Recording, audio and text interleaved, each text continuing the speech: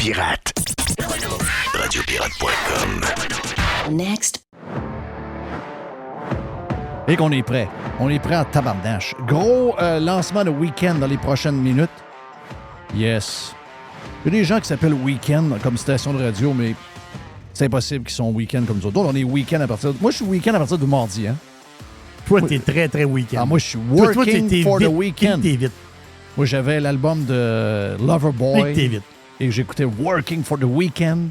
J'ai un gars de Chicoutimi-Nord. Les gens de Chicoutimi vivent pour la fin de semaine. Ils vivent pas pour... Il y en a qui vivent pour travailler. Mais nous autres de Chicoutimi-Nord, en tout cas, je sais pas si c'est encore de même. Peut-être que ça a changé un peu. Mais j'imagine que non. Il y a du monde qui me disent non, je suis allé au Valinois fin de semaine, j'ai des chums. C'est pas mal week-end, pas mal. C'est très week-end, tant mieux. Donc, on lance le week-end avec l'aubergiste dans quelques minutes. On aura une boîte dans le même bloc avec Jerry, son alter ego. Et donc, comme je vous le disais, Alex va finir ça. Donc, j'ai-tu dit que Gilles était là? Oui, Gilles va être là tantôt. Également, Gilles Parent va être avec nous autres. Donc, un gros jeudi. Hey, je garage des sujets de même. J'aime ça, moi. Je vais faire ça un peu à l'ouverture, un peu comme le Prime. C'est-à-dire qu'on garoche un paquet de sujets pour ouvrir. T'es bonne humeur, Jerry? Oui. Je sais que t'es bonne humeur. Donc, on est... Merci hier pour la bouffe. Hier, on a eu de la bonne bouffe du Casse-Croûte Neuville. Ça fait plaisir. Ben oui, c'était bon. Burger. Dis-moi, parle-moi un peu du burger. Très bon burger. Très bon burger. Oui, très bonne viande. Très bonne viande. Oui. Donc, parce que souvent, dans les joints, les poutines sont bonnes, les hot dogs sont bons. Puis souvent, des fois, ça en laisse à désirer un peu avec les burgers, mais c'est la qualité de la viande. Puis il nous a dit que c'était une bonne qualité. Donc, hey, en passant, ma blonde a eu une réunion avec Jérémy du Cosmos et on va vous parler du Burger à Jeff prochainement. Burger à Jeff prochainement. Et j'ai peut-être des projets au-delà d'un burger pirate au Cosmos. Hier, j'ai peut-être soulevé qu'on pourrait peut-être faire un gâteau dans genre panier extra. Il manque peut-être une place à vendre dans une épicerie à Montréal. J'aimerais peut-être ça faire un genre de gâteau au chocolat pirate offert dans les épiceries. Ça va être un... Va-tu être un hit? Non, ça va être un hit, tu dis. Donc, j'ai pensé à ça hier. C'est garanti. On a eu une réunion, puis là, j'ai soulevé ça. Ma blonde a dit, mais c'est ben donc une bonne idée, ça. Mais là, toi, t'es quel style? Là? Ben c'est donc ben bon! Toi, t'es style fruits, toi? Chocolat, non, caramel? Pas fruits. C'est quoi ton style, toi? Très chocolat. OK, toi, t'es monsieur chocolat. C'est parce qu'il y en a des fois qui s'empêchent de manger du gâteau parce qu'il y a une petite lignée de patentes de framboise dedans. Je comprends. Donc, il y en a qui sont plus têteux un peu sur... Pas qu'ils n'aiment pas les fruits, mais ils n'aiment pas les fruits dans les gâteaux. Tu comprends-tu? Ouais. Donc, je me dis, va pas là. Donc, faut Va pas là! Va pas là! Faut que tu en vendes le plus possible. Donc, je regarde ça. Regarde. On a plein d'idées de même. Là. C'est bien le fun. Les petites nouvelles du jour. Écoute bien.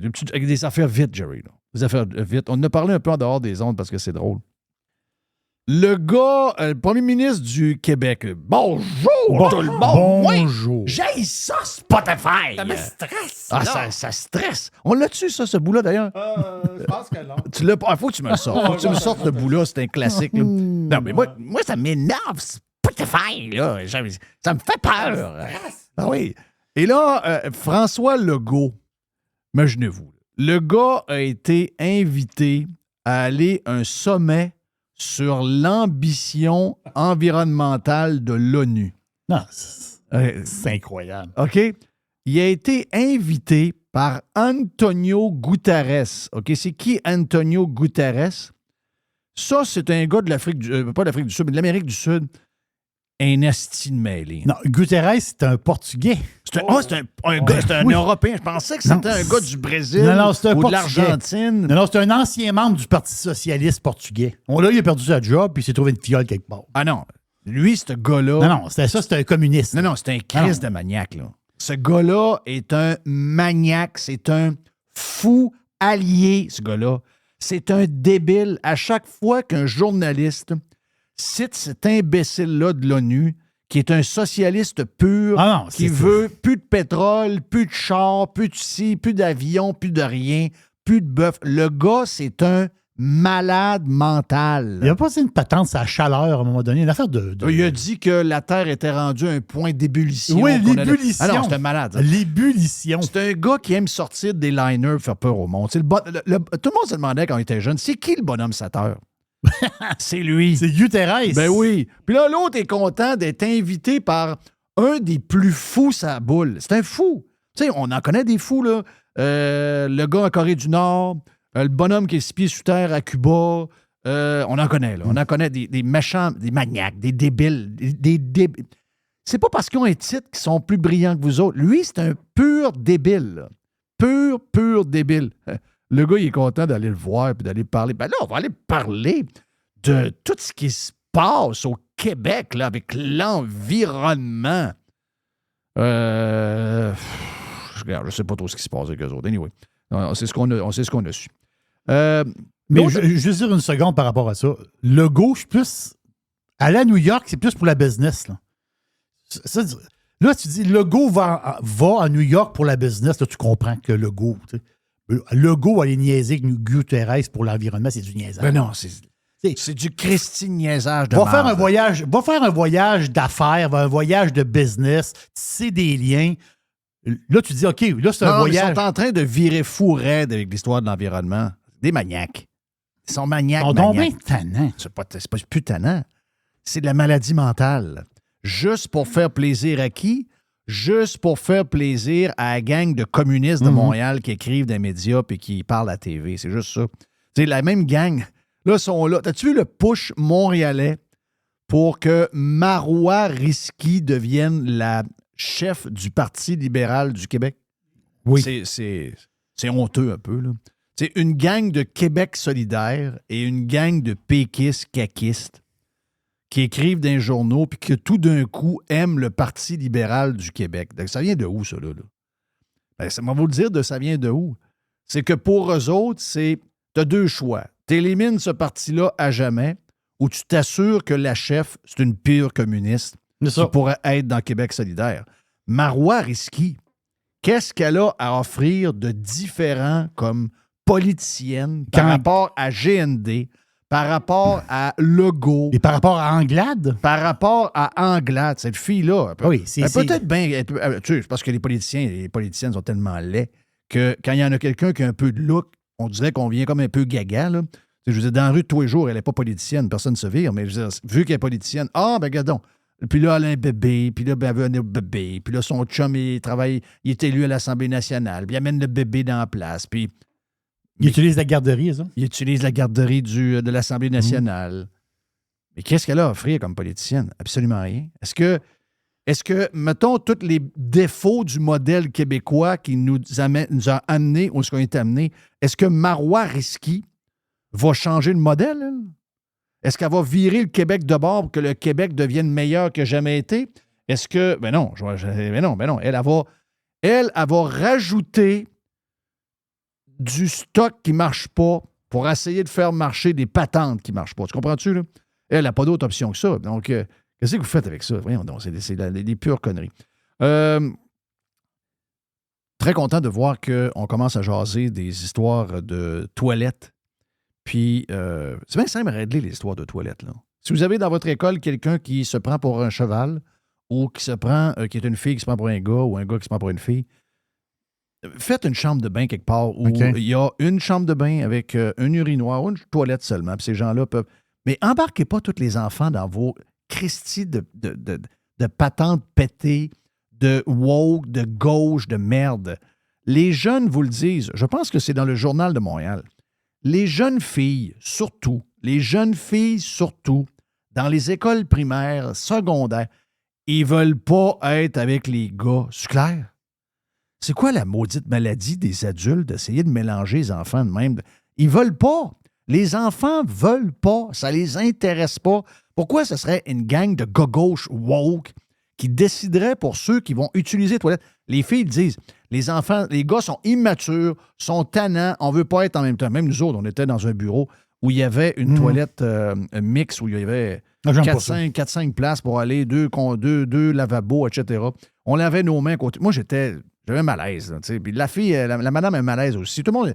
C'est malaisant, cette maudite maladie-là. Là. Regarde, d'un bar, c'est peut-être drôle. Là. Il y a des bars de rencontres qui essaient de provoquer quelque chose, mais regarde. L'autre affaire, c'est un message pour, je vous dirais, avant, je veux saluer, parce que je l'avais promis, je veux saluer Jeff Blanchette, qui a déjà été avec nous autres à un moment donné en studio une couple de fois. Jeff me fournit beaucoup de beaucoup de beaucoup de potins, beaucoup d'histoires. Donc, puis j'ai trouvé cute son histoire hier sur Facebook. Il dit « Je suis un proud dad ». Il était content de voir que sa fille a été nommée l'employé du mois, toujours en train de venir en aide à plusieurs reprises à ses collègues quand ils demandent du renfort, etc., etc. Donc, son patron a dit un gros merci pour tout ce que tu fais pour l'entreprise. Puis quand tu es père, dans l'époque où on est aujourd'hui, où c'est dur de motiver nos enfants, puis moi, je garde, j'ai vu ce post-là, puis ça m'a fait réaliser que je suis chanceux d'avoir des filles qui sont exactement comme ça, des fonceuses, des filles qui ne regardent pas l'ouvrage, qui avouent l'ouvrage, comme on dit dans l'expression qui dit avouer l'ouvrage. Oui, on voit l'ouvrage. Donc, ils voient l'ouvrage, ils travaillent, ça a 2 jobs, ça va à l'école, ça fait tout. Regarde.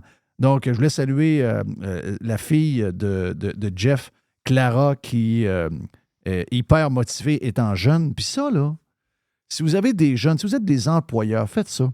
Parce que dans l'époque d'aujourd'hui, c'est dur d'avoir c'est bien dur d'avoir des jeunes motivés. Quand vous en avez, occupez-vous-en. Montrez à tout le monde comment c'est le fun quand vous êtes performant, parce qu'il y a des honneurs qui vont avec ça. Il y a des privilèges qui vont avec ça. Et souvent, c'est comme ça que les jeunes... Parce que tu sais, souvent, on entend ça. Les jeunes, je ne sais pas trop ce qui arrive aujourd'hui, ils ne travaillent plus. C'est vrai. Il y en a beaucoup plus qu'il y en avait avant. Ils ont été extrêmement dorlotés. Quand il y en a, occupez-vous-en. Essayons de faire la promotion de l'excellence, pas juste dans le sport, mais maintenant, c'est rendu à l'école, bien sûr, mais aussi au travail, quand les jeunes... Je sais que le gouvernement ne veut pas que les jeunes travaillent, là, mais ça, c'est une autre paire de manches. Donc, j'étais dans mes histoires, je vous disais que je vois les journalistes se poser de plus en plus de questions sur... Et le Journal de Montréal le fait récemment.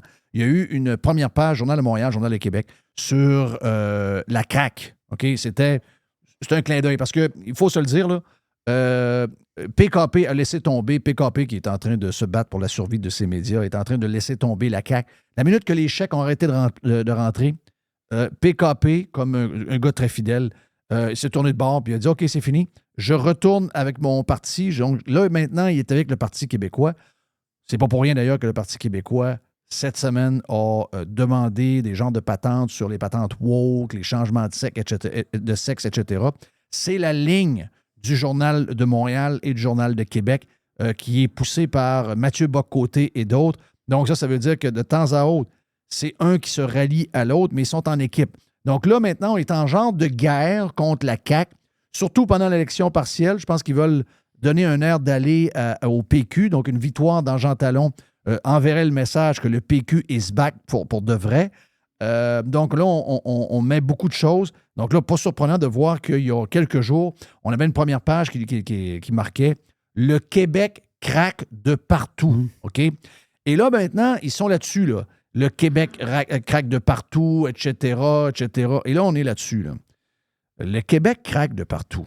Tu sais, il y a un gars qui s'appelle, je ne le connais pas, le Philippe Vincent Foisy, je ne connais pas, c'est un genre de chroniqueur. Puis là, ils sont là-dedans, puis ils font la liste des choses. Puis il y en a un autre aussi qui est pareil. Puis là, il y en a un autre là, puis il y en a un autre. Puis là, ça se plaint. Puis il y a un journaliste du Journal de Québec qui est à l'Assemblée nationale, Marc-André Gagnon, que je ne connais pas, mais qui le met sur son Twitter, puis Jerry a eu un hit incroyable en prenant cette photo-là et en disant « Hey, tu es en train de te plaindre que ton dîner à l'Assemblée nationale, un petit paquet de boulettes dans une sauce brune avec quelques petites patates, ça t'a coûté 22,99. » Mais ce que vous faites là, ça a été provoqué par le système et les politiciens que vous défendez. Oui, par les politiques. Les politiciens qui sont là, ils ont pris un politicien, ça décide. Un politicien, on dit on fait de la politique, on prend des décisions. Le 22,59 pour 4 boulettes et une poignée de riz, là, ben, c'est de leur faute à eux autres. Exact. Est-ce que le gars était à l'Assemblée nationale? Le gars couvre la politique, donc il avait accès aux conférences de presse à 1 heure pendant la COVID. Oui. Est-ce que Marc-André Gagnon Est-ce que Marc-André Gagnon a fait comme Jeff Fillion, avec Jerry, avec Yann Sénéchal, avec notre chum Joe Hamel, notre chum Marc Lacroix, avec un paquet de monde qui ont osé, Denis l'infirmier, tout du monde qui ont osé se tenir debout pendant la COVID, challenger le gouvernement, et entre autres, au niveau économique, on l'a fait avec Yann et avec Joe Hamel pendant des semaines et des mois de temps en disant que c'était un suicide économique de faire ce qu'on faisait là, d'imprimer de l'argent à tour de bras pour du monde qui sont embarrés à la maison alors qu'on devrait être au travail, en train de faire nos sports, être à l'école, voir des amis, manger dans des restaurants, que ça n'avait aucun sens ce qui se passait, puis que nous, on était une gang de peureux comparativement aux Vikings de la Suède. C'est ça. Arrêter l'économie, là, d'arrêter l'économie, c'était impensable. Pour eux autres, on dirait que c'est dangereux. Mais non, partez pyjama. Partez pyjama extraordinaire. On vous l'a dit. Vous nous avez traité de tous les noms. Vous nous avez traité de tous les noms. Vous, certaines personnes également au gouvernement, le patron qu'on avait à Montréal qui s'occupait de notre station de radio à l'époque, vous avez tout chié sur nous autres, mais le temps, malheureusement, nous a donné raison. OK? Ce que nous vivons en ce moment, ton petit lunch à 22,59, t'as couru après, man. Voilà. Et le Québec qui craque partout, ben vous nous traitez de tout et non quand on vous dit que les recettes qu'on prend pour le Québec sont mauvaises, qui nous amènent vers un Québec qui est complètement, on dirait un village abandonné. Qu'est-ce qui se passe? Ben, sacrément, qu'est-ce qui se passe? Toutes les politiques, tout ce qu'on fait, tout ce que nous on dit, les gens plus à droite au niveau économique, vous nous traitez d'extrême droite, vous nous traitez de cave, vous nous traitez de conspi. Ben, je peux vous dire une affaire. J'ai 56 ans, ça fait 40 quelques années que je suis assez conscient pour voir c'est quoi la social-démocratie. Et la social-démocratie, depuis longtemps, on sait que c'est une faillite. OK? C'est une faillite. De continuer chaque jour de grossir. On a des problèmes. Et à chaque jour, ce qu'on fait pour régler les problèmes, on y va avec la même solution qui a causé le problème. On ne s'en sortira jamais. Mais si vous trouvez que le Québec craque de partout, c'est ta gang.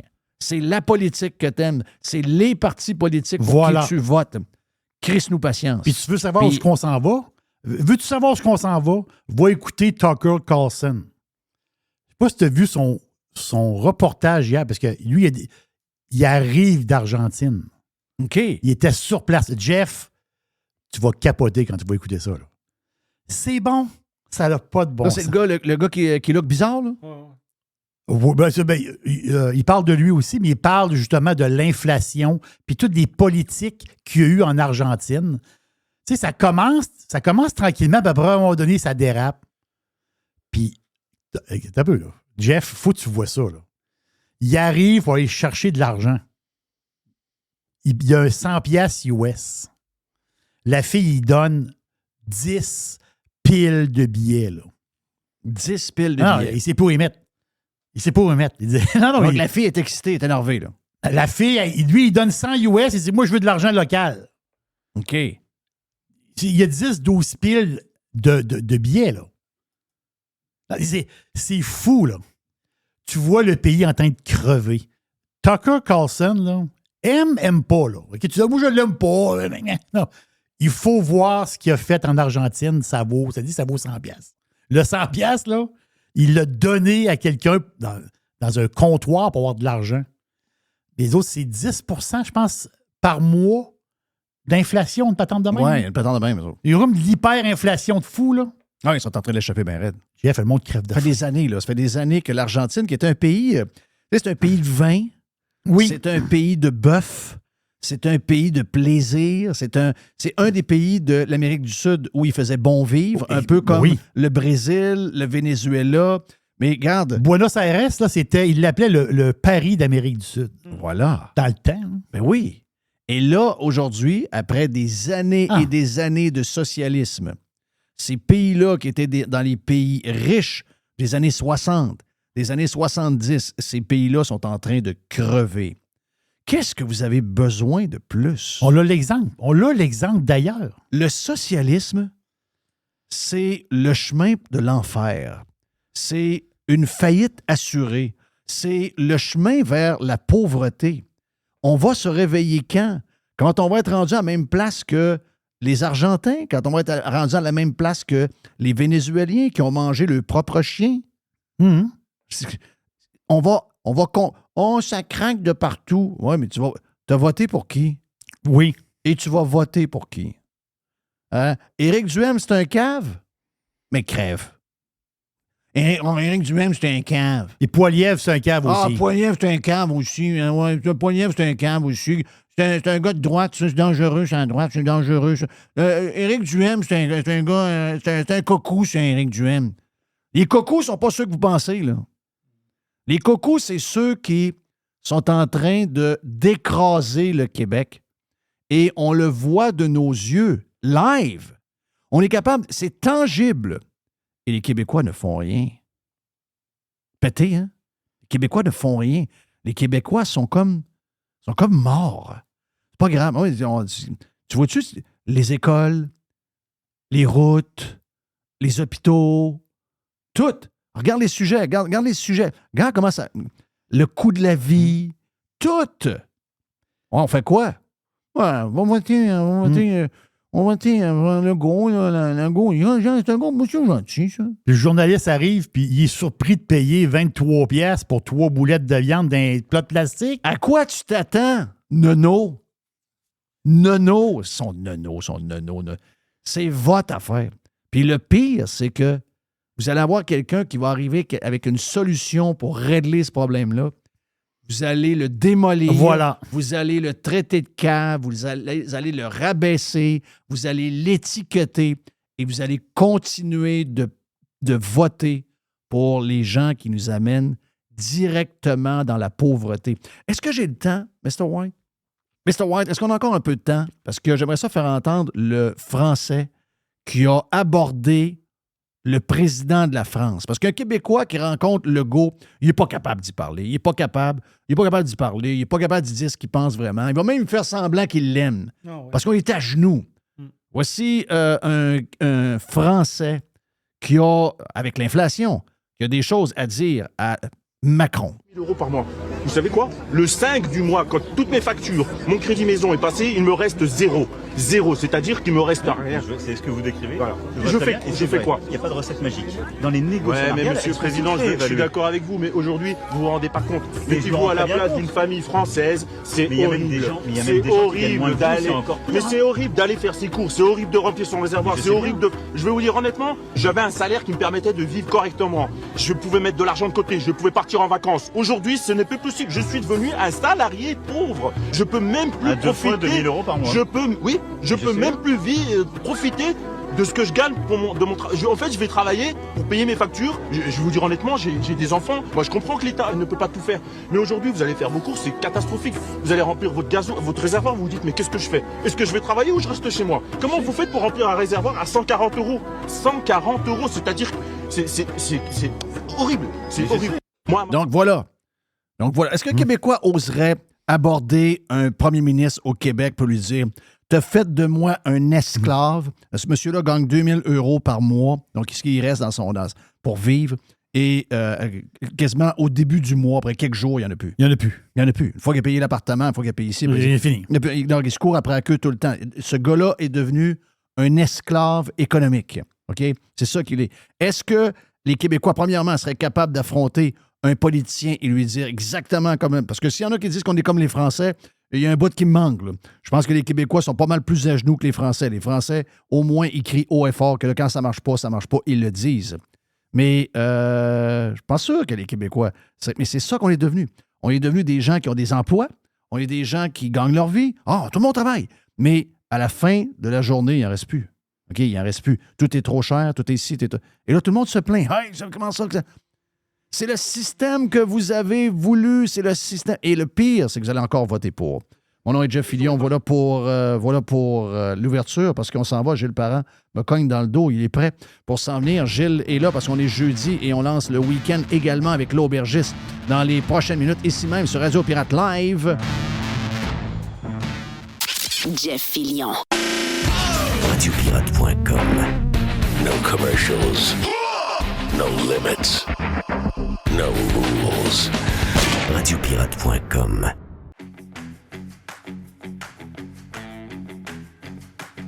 On est sur Radio Pirate Live, toute la gang. On souhaite un bon jeudi. On lance le week-end tantôt Bon matin. avec bon matin, bon midi, bonne journée, dépendamment de la journée. Ben oui. Vous êtes peut-être en soirée également. Bonne soirée, bon vino, hein, parce que l'aubergiste va lancer ça. Vous avez entendu notre chum Gilles. Gilles est là parce qu'on est jeudi. Ben oui. Puis, regarde, la fin de semaine s'en vient tranquillement. Puis, vu que Régent n'était pas là cette semaine, ben, la commandite de Fireburns, on la met sur Gilles. Ben oui. Donc, Gilles Le feu est pris. Gilles est présenté par les sauces Fireburns. Fireburns, faites-vous plaisir, la gang de pirates. On en met partout. Faites comme ma fille Justine qui met, entre autres, la sauce à burger. On va appeler ça Big Burger. It's her life. Ben oui, elle dit « It's my life ». Je voulais revenir 2 secondes sur ce qui a été dit tantôt dans le Prime avec notre ami de l'Australie. Yes, pas juste pour les gens, parce qu'on Oui, avait, sur Prime, on avait un gars de Chicoutimi-Nord. Est-ce qu'on l'a déjà présenté sur Prime, sur Live? Non, je pense pas. Non. Non, un jour, on va vous le présenter. Sylvain Leboeuf, pas de haut. Sylvain Leboeuf, pas de haut, un gars de Chicoutimi-Nord, mais qui vit à Sydney, en Australie, depuis 33 ans. Et la chose qu'on remarque, c'est qu'il a été ici pendant, 3 semaines, quasiment un mois. Ouais. Quasiment. Ouais. Et là, ben, il est venu, ça faisait 11 ans qu'il n'était pas venu. Puis il nous fait la comparaison entre les deux. Puis ce qui est remarquable pour moi, c'est que l'Australie, malgré les normes de ne pas prendre la boisson au volant, puis tout comme nous autres, même plus sévère que nous, c'est resté accroché aux années 80 qu'on avait. Le plaisir. Beaucoup de fun, beaucoup de parties, beaucoup d'événements, de sport. Regroupement. Qu'ils se donnent. Tu sais, des fois, tu n'écoutes pas nécessairement la game, mais tu es là parce que. Beaucoup de vie, là. La vie, du fun. Ce que le Québec était. Ah oui. Ce que le Québec était. C'est nous autres qui a changé, dans le fond. Oui. Oui. Puis, tu sais, lui est là-bas, il raconte comment il vit depuis 30 ans, il sait de quoi il parle. Mais c'est drôle parce que quand on parle des villes, qu'on parle de Québec, qu'on parle de Montréal, qu'on parle de Madrid, n'importe quelle ville, les gens qui sont allés, il y a 2 villes. Il y a tout le temps 2 villes. Il y a la ville, parce que... Il y a la ville des touristes. Exactement. Quand tu parles aux Parisiens, parce que moi, j'en croise beaucoup qui se sont installés à Québec, eux autres vont dire « Ah, t'es allé à Paris, c'est le fun. » Mais il y a Paris du tourisme, puis il y a Paris d'où tu vis. C'est Nous, ça. on a vécu Paris où on vit, qui nous emmerde, qui est hors d'atteinte parce que ça coûte très cher, qui est très difficile pour le travail. Mais il y a quand tu leur dis, moi, je suis allé, mettons, 4-5 jours à Paris, évidemment, tu te promènes, les Insécurité, Champs-Élysées. violence à certaines C'est ça, places. oui. Puis aussitôt que tu sors de Paris, écoute, juste pour ceux qui ne suivent pas ça, puis c'est pas grave, moi, comme je vous dis, j'ai une certaine maladie sur la ville de Paris. J'aime ça, j'aime la France, pas juste Paris, mais je lis sur Paris, puis il y avait tellement de misère avec les jeunes, puis les bombes, puis ils ont sorti de la ville, dans le fond, sur l'autre bord de la Seine, vraiment, un peu en banlieue. Puis juste pour vous dire où on en est rendu en 2023, il y a plusieurs endroits où les polices ne vont plus. Ah, ça, c'est terrible. Ça, pense-y, là. Non, T'es d'une non, société démocratique, t'es en France. C'est quand même un pays de la zone européenne important. Avec G7. Ben oui, absolument. Mais il y a des endroits où, comme dans les films qu'on écoute, Denzel, là, quand il allait à son film Training Day, là, Oui. et quand il arrivait dans un secteur noir, lui-même avait de la misère. Ben, aujourd'hui, il y a des policiers qui disent on ne peut plus y aller. Ouais. Donc, ceux qui vivent là, parce que c'est pas tous des bombes, là, c'est pas tous des vendeurs de drogue, il y en a beaucoup, mais il y a quand même des gens qui vivent là parce que ça coûte rien, parce qu'ils n'ont pas les moyens d'aller ailleurs, parce qu'ils ne peuvent pas s'en aller de là. C'est des gens qui sont dépendants et qui ne sont pas protégés. Fait que, tu sais, il y a cette vie-là qu'on voit pas. oui. Quand tu es un touriste, tu dis, on se promène aux Champs-Élysées, Ben, puis c'est on va ça. au musée du Louvre. On n'est pas à la même place, ça. Mais c'est ça tout le temps un peu. Ah oui, hein. partout. Tu sais, quand on est touriste, où ce qu'on va, c'est plus beau. Les gens qui... 3 jours à Québec, les gens sont-tu contents? Ben, 3 Ils jours vont à sur la Québec. rue Saint-Louis, Ben oui, le exact. château. Exact. Ben, c'est ça. Mais là, si tu vis à, mettons, je ne vais pas nommer de coin de ville pour dire que le coin, ben, mais les places dans le sens ordinaire, les Mettons quartiers Saint-Émile, ordinaires. moi, je restais à Loretteville. Tu peux parler de Loretteville, je restais là. Ben voilà. Mais on est pas. Puis il n'y a personne qui va traverser l'Atlantique, qui va s'en venir à Québec pour vivre la ville, qui va dire je voudrais aller à Loretteville. Ben, à ils moins vont qu'ils pour veulent à voir Wendake. à Wendake. Mais Wendake, encore là, pas- Wendake, c'est un peu décevant. Ben, Wendake, c'est pas beau partout. Là. Il y a des vraiment. Avec l'hôtel qu'ils ont fait là, puis oui, le resto. c'est vraiment bien. Oui. Puis, bon, allez voir comment se font les raquettes avec l'ancienne méthode de la babiche. Ça peut être intéressant, mais c'est, mettons que c'est au minimum un petit peu désassorti. Oui, c'est ça. Il y a un peu de travail à faire à ce niveau-là. Mais partout où on va. Oui. Donc, les gens d'ailleurs, moi, à chaque fois, moi, je suis plus aux États-Unis, probablement que vous autres êtes plus en Europe. Mais les Américains, quand je leur dis que je viens de Québec City, le nombre d'Américains que je croise, que je connais pas. pas. Leur réaction première, ils disent quoi? Ben oui, j'étais allé là, j'étais allé à mon voyage de noces. 2, 3 jours, 4 jours? Tout le monde capote sur Québec. Tout le monde capote sur Québec. C'est beau Québec, là, je m'excuse, mais la terrasse du Frein, quand tu promènes là, les gens ne reviennent pas de voir l'île d'Orléans. C'est vraiment beau. Nous, on le voit moins, mais parce qu'on vit ici, on voit tous les problèmes, on voit toutes les problématiques. Mais moi, je pense que si demain... Tu m'as déjà entendu dire ça, Jerry. La meilleure vie que tu peux avoir, c'est d'établir 5, 6, 7 ans à une place puis changer de place aux 7 ans. Donc, t'arrives, t'as comme... t'es encore un peu touriste après quelques années. Tu ne vas pas désabusé, autrement dit. C'est ça. C'est que... Tu n'as pas vu encore le mauvais côté de la place. C'est ça. Quand le mauvais côté, quand tu deviens trop un résident, bien là, les vraies histoires que tu avais de la place que tu as partie, là, tu vois des affaires qui se ressemblent. Puis là, tu dis, OK, c'est le temps de changer de place. Là, il y a comme une... Il y en a qui disent qu'ils font ça avec des blondes, là, mais... Oui, c'est ça, là. Un genre de 7 ans. Ouais. Ah oui. non, mais... Tu sais, tu prends... maintenant, prenons notre situation à Québec. Écoute, je pense pas, je vais te surprendre, mais tu sais très bien que fondamentalement, avec le tramway... Moi, je disais qu'il y a 2 sujets à Québec, mais là, je pense qu'il y en a qu'un. Dans les dernières semaines, moi, tramway sans arrêt, parce que, évidemment, le maire Marchand est revenu. Il a fait son coup d'État pour ramener une couple de personnes qui étaient contre le tramway pour avoir son parti majoritaire. Finalement, on rit bien, là, mais c'est la façon de faire ma gueule au monde, c'est d'être majoritaire. T'es surpris du sondage qui est sorti? Pas vraiment. Non. Si je suis honnête, je ne suis pas vraiment surpris. La minute qu'on dit que ça explose les coûts, le monde capote, là. D'une part, puis on ne sait pas exactement. Tu sais quoi? Encore, je vais dire quelque chose qui ne changera peut-être rien, mais je me pose la question parce que je ne suis pas un technicien puis je ne suis pas un ingénieur, loin de là. Mais je me suis fait poser la question cette semaine, quelqu'un qui me dit vous êtes moins anti-tramway que d'autres. Je dis oui, mais en même temps, je ne suis pas pro-tramway, la façon avec laquelle on l'a bâti. Je me répète un peu, mais quand même, c'est important.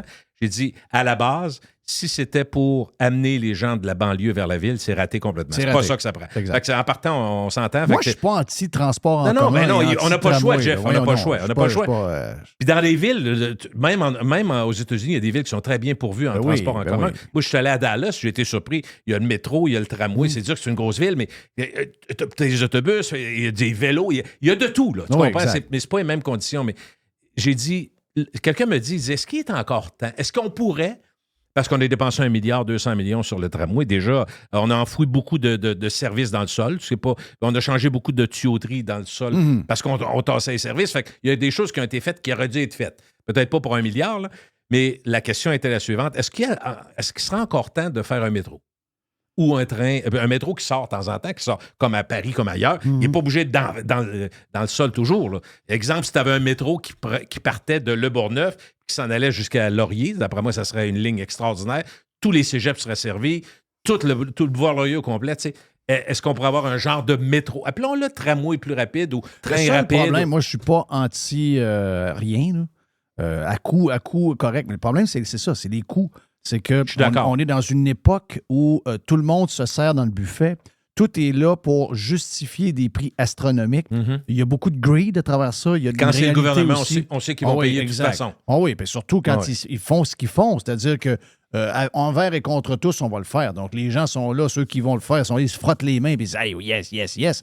Mais la vérité, c'est que les coûts de construction de ces... C'est vrai ce que tu dis. Par contre, si on est honnête, le tramway, même là, il va être trop cher pareil. Il est trop cher. Bon, alors, non, je te dis ça pour tout. Là. Non, t'as raison. Mais moi, je dis juste que on vient d'entendre parler tantôt dans le prime de l'Australie, un été de 9 mois. Nous autres, on a un automne de 9 mois. Ouais. C'est-à-dire que c'est printemps, l'hiver. Bon. Fait que les conditions... Tu sais, quand on dit pour changer nos habitudes, le but premier, c'est de changer nos habitudes. Prendre la voiture, la laisser dans le cours, prendre les 2 chars, en vendre un, puis prendre des transports en commun parce qu'ils sont tellement efficaces. On n'est pas là non plus. Fait que, tu sais, moi, je pars juste d'un principe. Je sais que ça coûte cher, ça va coûter trop cher. Tout coûte trop cher quand c'est le gouvernement, puis c'est désespérant. Puis je vois les coûts du REM. On est en train de nous dire à Montréal que 45 plus cher. Là, on est rendu à 6-7 milliards. Un peu, là. Ça a commencé à 3 points quelques. Ça a quasiment doublé. Oui. Ben Bon. là, moi, j'ai donné les chiffres OK. cette semaine du tramway. On serait, avec le matériel, sans le matériel roulant, on serait à 9 milliards, les chiffres qui sont jasés par les gens Hey, impliqués dans le c'est de projet. l'argent. Et avec le matériel roulant, tout près de 10 milliards. OK. Moi, mon principe, là, oublions l'argent 2 secondes, on ne peut pas l'oublier, mais 2 secondes. Juste pour la. Je reviens à un exemple qui est tout à fait logique. Quand tu décides, par exemple, de t'acheter une piscine hors terre, puis ça coûte 1500 ou 2000, c'est une décision que tu prends. Peut-être que tu tasses ton argent, tout ça, mais ce n'est pas une décision à long terme tant que ça. Oui, tu vas avoir la piscine, mais ce n'est pas un engagement financier à long terme. Quand tu achètes une maison, par contre, sur 25-30 ans, on comprend qu'on a tous. On se met du temps pour être capable de le payer d'une part avec des paiements raisonnables, puis on sait que ça va prendre de la valeur, donc ça devient un investissement. Mais moi, je pense que quand on a un transport roulant comme ça pour l'ensemble de la population, on devrait le voir sur 100 ans. Exact. Si on le voit sur 100 ans, ça devient... C'est cher pareil, tu vas me dire. Puis qu'on fasse un TGV, qu'on fasse un métro, qu'on fasse un tramway, qu'on fasse n'importe quoi, excusez-moi, là, n'importe quoi de gouvernemental maintenant, ça va coûter trop cher. Alors, si on part de ce principe-là, est-ce qu'on va se dire, on va prendre l'affaire la moins intéressante, puis ce qui va coûter d'entre toutes le moins cher, ça va être trop cher pareil. Ouais, Tu toujours. comprends mon point? Ouais. Je n'ai pas de solution, mais je me dis juste, est-ce qu'on peut imaginer, parce que ceux qui me posent la question, ils disent, le métro, on le prendrait. On serait à l'abri du vent, à l'abri de la neige, du verglas, tout ça. Je me suis fait dire, je sais, j'ai eu la chance de parler à l'ex-maire, M. Labaume, puis il dit, c'est trop cher, c'est trop cher, c'est trop cher. Parfait, j'ai dit, Tu as eu la ouais, c'est trop chance de cher. parler avec lui quand? Non, quand j'ai parlé, après qu'il OK. soit sorti, mettons, il y a 6 mois, je l'ai croisé, puis il me dit, c'est trop cher, tout ça, mais il dit, récemment, je l'ai croisé dans une fête, la semaine passée, vite fait, le maire, l'ex-maire, j'avais bien de bonne humeur, il me dit, ça passe pas. Tu sais, c'est tough, là. Et en parlant du tramway, probablement. C'est ça, j'ai compris. OK, donc lui, s'il avait été maire, là, il ferait quoi? à ce Je moment-là, sais le pas, projet? il me l'a pas demandé. Je veux pas lui mettre de mots qu'il ne m'a pas dit, là. Non, non, mais je sais ce j'essaie qu'il- je sais ce qu'il ferait, d'imaginer. Qu'est-ce qu'il ferait? Mais il en ferait pour 3,3. C'est ça qu'il disait. Il arrêterait à 3,3. Il en fait pour 3,3. Non, On coupe là. mais là, puis, dans les c'est ça. calculs que j'ai en ce moment, 3,3, tu n'as même pas le tiers du projet. Là. Oh, ben, c'est pas mal le projet c'est pas mal ça qui va arriver. On peut Un quand genre de même- train touristique. on peut Ouais. quand même parler de la Ville-Reine, si vous voulez, qui a eu une seule voie de métro nord-sud pendant au moins 15 ans. Une voie. Ouais. Tu vas me dire qu'elle faisait traverser la ville, mais quand même. Avant qu'il y ait les autres, Jeff, ça a pris 10-15 ans. Il y avait déjà un tramway qui est plus ou moins Faisait une utilisé. voix. Une Donc, seule voie. il Non, il allait au revenait. lac, puis il revenait. Oui, C'est ça. le métro, c'était ça, uniquement. OK. Il se rendait sur le bord du lac, puis il repartait vers... Mais écoute, il couvrait quand même Bay Street, puis tout. Je Mais il y a pense- une étude par rapport au métro à Québec, c'est Sistra, je pense, qui avait fait l'étude là, avec les HEC de Montréal, une patente. Et il avait regardé ça, le métro à Québec. Ça, c'est Et- quelle année? 2019. Quand OK, même, donc, pas si loin. Oui, sauf Mais que les ça, prix faut- changent. Faut que tu multiplies par 2. Non, mais ils ont pris ils ont pris le 3,3 milliards. Ils ont pris ce montant-là. Puis, avec ce montant-là, ils faisaient 5 km de métro. Pour 3,3 milliards. En 2018. En OK, 2019. OK, je vous pose la question. 2019. On s'amuse, OK? Donc, c'est ça. La fin, c'est que le projet, c'est ça qu'ils ont dit OK. à l'époque. Mhm. En 2019, ils disaient, Christophe, pour 3,3, on a une rail dans la terre pour 5 km. Christophe, on va faire une rail au-dessus pour 20 km. Parce qu'on comprend, tu sais, Ouais, pour nous, c'était comme illogique OK, de mais, dépenser 3,3 pour 5 km dans le trou. mais Jerry, si je te pose la question, puis on commence... 5 km, on va le faire en marche. Donc, à un moment donné. Non, je comprends. Faut que tu fasses au moins 10. Là. Non, c'est ça, Mais ça. si tu avais 10, est-ce que tu ferais Est-Ouest ou Nord-Sud à Québec? Une voie seulement? Ben, ça va être pas mal plus. Moi, je pense que ça va être pas mal plus Est-Ouest parce que Nord-Sud, il y a. Des Beauports, mettons, à Québec. On se Non, mais, comprend, là? non, mais Nord-Sud, il faut que tu t'en ailles en bas. Il faut que tu restes dans le Cap-Diamant. Sinon, si tu t'en vas en bas, c'est une suponte. Il ne peut pas de métro là. Il ne peut pas faire un métro à Limoilou. Là. Tu peux le faire partout, mais ça va coûter beaucoup plus cher. Ah non, mais moi, Non, tu veux pas embarquer dans la boîte. Tu ne là, peux pas, c'est ça. tu peux pas embarquer dans la boîte. Là. Je te comprends. Il faut que tu restes, Ce qu'on faut que tu me restes en haut. dit, c'est que les frères Trudel sont en train de refaire Place Fleur-de-Lys. Oui, Euh, c'est mou.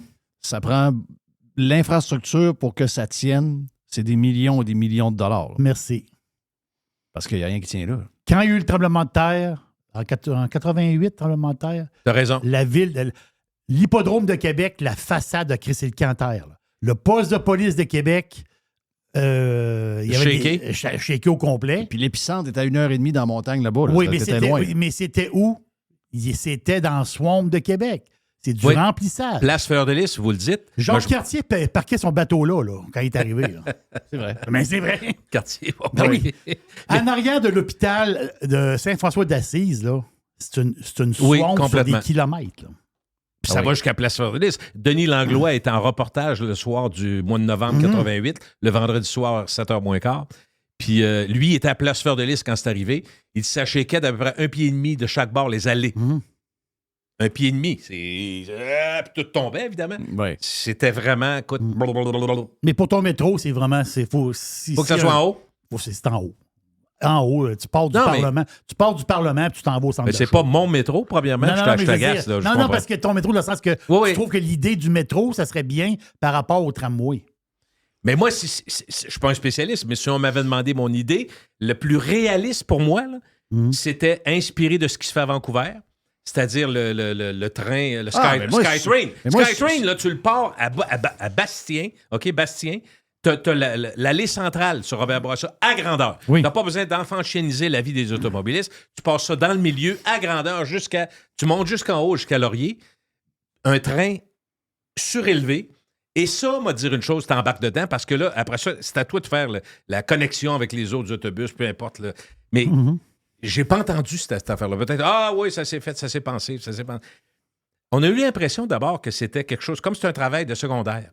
On fait ça, puis on s'ajustera. Voilà. On s'ajustera, puis on s'ajustait. On enlève ça, on met ça, on s'en va là. C'est sûr on que pour passe ça. notre climat, c'est mieux un métro. Là. Tu veux dire, si maintenant, il n'y a pas question d'argent, ça ne coûte rien, on a un cadeau. Il y a des gars de l'Arabie Saoudite qui nous font un cadeau, ils ont des milliards à dépenser. Oui, c'est ça. C'est sûr qu'on n'a pas à se poser de questions. On est dans un climat nordique. On a de la neige à pu finir. Le plus mauvais choix pour notre climat, c'est un tramway. Parce que si tu as tu sais, comme il y a ailleurs, là, Surélevé un peu, Un là. peu surélevé, comme ce que tu viens de parler. Là. Quand c'est surélevé un peu, ben au moins. Il y a moins la neige d'emprise de la tombe- neige. ben, Il y a moins c'est ça, d'emprise. là, tu sais, puis La tu- neige va être en dessous, elle ne sera pas dessus. Oui, là. puis ta base a besoin d'être moins large parce que c'est juste des pièces de soutènement. Donc, tu peux passer à quelques endroits. Tu n'es pas obligé d'arracher tous les arbres. Tu nuis pas à la circulation. Le plus mauvais des choix, c'est un tramway. Et c'est lui qu'ils ont choisi. Regarde, je ne sais pas pourquoi. Là. Tu sais, même la Beaume, il n'en voulait pas de tramway. C'est 2 Ben, semaines après l'élection. qu'il en Rappelle-toi, voulait. il passait sur Charest aussi. Il passait sur Charest. Il passait sur Charest, puis après ça a été changé. Ça, qui change d'idée, tu peux dire que c'est des gens qui n'ont pas de... Ils n'ont pas d'idée générale ou encore ils s'ajustent. Tu peux toujours le Mais ça, justifier. dans le temps de Charest, c'est parce qu'ils voulaient développer des buildings Ouais. alentour. Ils voulaient comme densifier ce coin-là. Mais là, on a-tu besoin vraiment... Avec la COVID, ça aurait été une très mauvaise décision, là, de bâtir des tours à bureaux et des patentes de même. Il n'y a plus de monde qui va au bureau. Ce qui est curieux aussi, Jeff, ça ne change rien dans le débat, mais moi, je remarque que ceux qui prennent l'autobus maintenant, ceux qui vont prendre, ceux qui sont pour le tramway, ils n'entendent pas. Non, à moins il y en que a tu me pas. dises qu'on les entend, là. Ouais, c'est des organismes Mais c'est le même. payés, Regarde, là. on pourrait dire que c'est même dans la société surtout. Là. Ceux qui sont satisfaits ou qui sont contents, on les entend Ouais, pas. c'est ça. Ouais, on les entend peu, en tout cas. Ouais, mais tu sais, ils devraient... là, ils voient que le projet est en jeu. Ils devraient peut-être réagir, Oui, mais ces gens-là ne plus. réagissent pas. C'est tous des subventionnés qui réagissent. C'est des gens dans des genres d'organismes subventionnés par nous autres qui sont là puis qui tirent la charrette. Mais le monde, tu sais, le vrai monde est contre. Les politiciens, les journalistes et les gens dans les organismes subventionnés sont pour. Il y a comme encore, Oui. comme ça arrive souvent, il y a une... Puis, t'as-tu aimé la sortie de Marchand qui a dit cette semaine après le sondage, moi, le sondage ne me dérange pas, je le fais pareil. Mais non, Ça, on veut pas entendre ça, là. Sacrement. Mais non, Jeff, on veut pas entendre ça. En voulant dire, peu importe ce que le monde pense, on y va. Je comprends qu'il veut dire, on a pris une décision, il faut aller jusqu'au bout. Mais en même temps, si le sondage est aussi catastrophique, il faut que tu dises, OK, parfait, il faut regarder comme il faut. Est-ce que les gens, comment dirais-je, on est un peu fourré parce qu'avec tout l'argent qui a été fait là, moi, je change. Écoute, malgré ce que je dis aujourd'hui, malgré ce que j'espère, parce que c'est une discussion d'espérance, là, en tout cas pour moi, je pense que ça va se faire pareil. Là. Je ne suis pas en train de vous dire que ça ne se fera pas. Parce que. Mais je Il y sens a beaucoup de quand gens même... qui doutent, là. Oui. Puis, écoute, tu vois, le sondage... Je sais pas Parce si que tu les l'as. sondages... Oui, mais les sondages aussi, Jeff, quand ça fait notre affaire, c'est important. Ça donne une idée de ce que les gens pensent. Puis quand ça ne fait pas notre affaire, peu importe, je le fais pareil. Donc, pourquoi le sondage? Oui. Mais, tu sais, il m'a dit comme Jerry, il fait un... Mettons, il va avoir le cœur net, il fait le maudit. On le met 1 million. Là. Comme tu dis, on a mis 1 milliard 200 millions à date pour tasser des patentes. Mais si on mettait 1 million de plus ou 2, puis que Jerry dit cette semaine, on en fait un sacrament de référendum. Je sais qu'ici, on ne marche pas avec des référendums, mais partout en Amérique du Nord, surtout aux États-Unis, quand il y a des élections, il y a des référendums. Tu as 50 questions autres que juste de nommer le shérif, puis le député de la place, puis le président. Tu as plein d'affaires. Nous autres, on ne veut pas faire ça. Si tu prends la On jeune... s'entend qu'il ne passe pas. Là. Il n'y a pas 25 pas maintenant. Là. Mais si tu prends la genèse de ça, prends ceux qui ont intervenu directement dans la décision. Commençons par Labaume. Labaume n'était pas convaincu. Il a fallu qu'il soit convaincu. Il a changé d'idée. J'ai jamais senti qu'il était 100% derrière ça, mais dans le fond, sa raison, rappelez-vous, il a dit, on a l'argent. On va le faire. C'était ça, la base de son histoire. OK, parfait. Marchand n'a pas toujours été pro tramway de la manière qu'il était là. Il y avait plein de questions sur le tramway, pas sûr. Fait que lui-même, je ne vous dis pas qu'il était contre, mais il y avait beaucoup de questionnements parce qu'il se posait des questions là-dessus. Et sentez-vous, vous, que Legault, d'abord, soyons honnêtes, là, depuis l'histoire du 3e lien, Legault, sa parole, ça vaut rien. Ça vaut quoi? Ça vaut rien. Ça vaut rien. Est-ce que tu sens donc que les politiciens qui prennent des décisions, qui gèrent notre argent, parce que c'est l'argent du peuple, sont convaincus? Ont toujours été convaincus? La réponse est non. Et le plus drôle, c'est que, on l'a dit cette semaine, je ne sais pas qui l'a dit, mais puis on l'a vu dans le sondage. Puis ça a été la même chose pour le 3e lien. Le 3e lien a été décidé par l'intelligentsia de Montréal. OK? Groupe de pression, la gang alentour de QS, les journalistes de la presse, Radio-Canada, répète à tout bout de champ. C'est ça. Il n'y a pas d'études, c'est contre le climat, ça n'a pas de bon sens. Ils ont eu la peau du 3e lien, puis la gang de Montréal a eu aussi la peau de GNL Québec au Saguenay. Donc, ils étaient contre le 3e lien et contre GNL Québec et la gang de Montréal. Je parle pas du monde de Montréal, je parle des gens qu'on voit, l'intelligentsia, la gang qui mène la patente, là. Les journalistes, les groupes, on les connaît. Et là, eux autres, pour le tramway, ils sont pour. Et ils sont pour. Tu écoutes Radcan, tu écoutes Patrice Roy, mais là, on est Québec est la seule ville là, qui n'a pas quelque chose d'important, structurant. Il faut que ça se fasse. Là. Donc, Patrice Roy, il est le même, puis toute la gang sont de même à Montréal. Et à cause de ça, je pense qu'ils sont fourrés. Les politiciens québécois sont vraiment menés par cette gang-là. Je ne sais pas pour quelle raison, mais c'est comme ça qu'ils annulent des projets ou c'est comme ça qu'ils font. Mais Jeff, en pratique et en théorie, les deux, M. Legault a été élu il y a 1 an aussi fort que Bourassa en 73, ou presque. On est d'accord, Bourassa, je pense que c'était à 102 sur 120 ou quelque chose comme ça. Avant le PQ en 76, ça a été une razzia libérale. Il est majoritaire comme ça se peut pas. Tu sais comment ça a été fort. Bon. Et s'il est convaincu comme premier ministre avec la force qu'il avait là, il ne peut pas blâmer personne. Nous, on peut juste blâmer lui. Parce qu'il est majoritaire. Il voulait sa majorité pour avoir les comme disait Charest, désormais célèbre, les 2 mains sur le volant. Oui. Avec la force qu'il avait là, il les avait en sacrement. Donc, s'il était convaincu tel qu'il l'a dit, il n'y a aucune raison de reculer. Peu importe que Patrick Lagacé s'énerve à Montréal puis les autres, on s'en fout. Si tu es convaincu c'est un projet puis qui est important, tu le fais. Il y a tous les pouvoirs. Oui. Il y a tous les pouvoirs. Ouais, et en plus, il s'est fait élire avec ça. Pensez-y un peu. Oui, mais lui, il ne veut pas le faire, je pense. Mon feeling, c'est qu'il ne veut pas le faire. Est-ce qu'il veut vraiment subventionner le tramway? Il est aussi sur le bout des pieds, là. Tramway. En tout cas, on a confiance. Mme Marchand nous a dit que... Écoute bien, Mme Guilbeault, cette semaine, M. Marchand nous a dit qu'elle a aidé l'acceptabilité sociale. Il n'a pas travaillé fort, qu'elle dit. Et en même temps, est-ce qu'elle dit, nous autres, on est derrière le tramway... coûte que coûte, j'ai pas entendu ça. Non, elle l'a pas dit. Moi, puis même le premier ministre, je suis pas sûr qu'il coûte que coûte. Exact. On attend les prix. Mais ils ont les prix en passant là, que je t'ai donné. Je suis sûr. Ils ont, puis ils savent qu'ils sont fourrés avec ça. Moi, je pense que le Québec va se retirer. Pas la ville, la province. Ils vont dire, écoutez, nous autres, on était dedans, là, ça n'a plus de bon sens.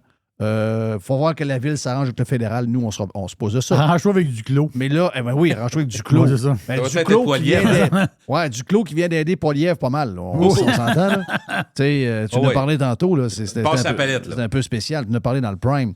Puis là, c'est ça. T'as Poilievre. T'as Poilievre qui s'en vient, qui lui dit non, il dit, moi, je laisse pas des contrats de. C'est des 1000 millions, là. C'est pas 31 millions. C'est 1000 millions fois 4, 5, 6, 7. On ne sait pas où ça va finir. Hey, c'est de l'argent en tabarnache là, pour arriver à ramasser cet argent-là. C'est beaucoup, beaucoup, beaucoup d'impôts, de taxes et tout ce que tu veux. C'est dangereux un peu. Là.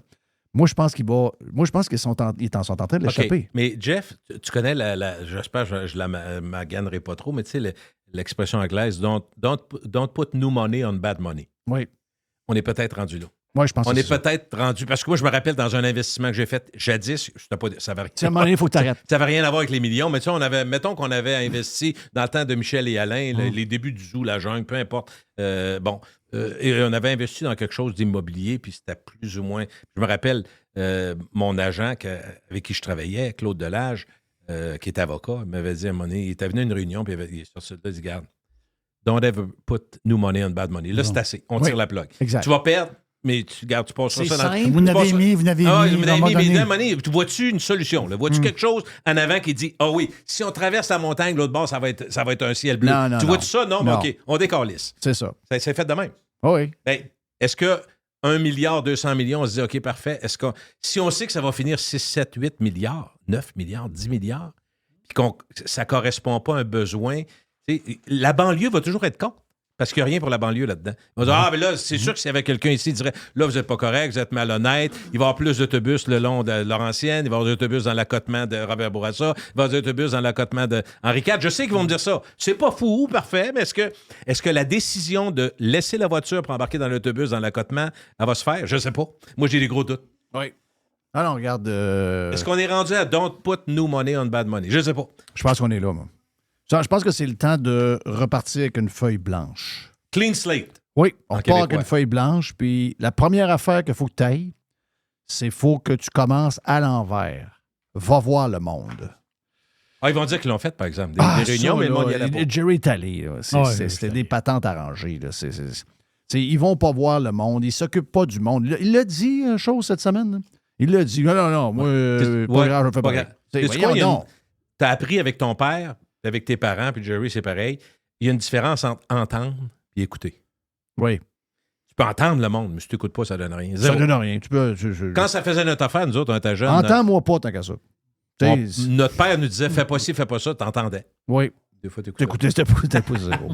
Hey, thank you, Gilles. Gilles Parent, vous a été présenté par les sauces Fire Barnes. On aime Fire Barnes, on aime le feu, on aime tous les produits de Fire Barnes. Faites-vous plaisir, la gang de pirates. Mettez-en partout. Dans les prochaines minutes, on lance le week-end avec l'aubergiste. Mais juste avant, la boîte à Jerry. Oh! Regarde, on a fait une boîte à pizza. Donc aujourd'hui, c'est une boîte normale. Une boîte normale. Une boîte normale. Pirater, c'est légal. Radiopirate.com. Radio Pirate. 100% 100% pirate.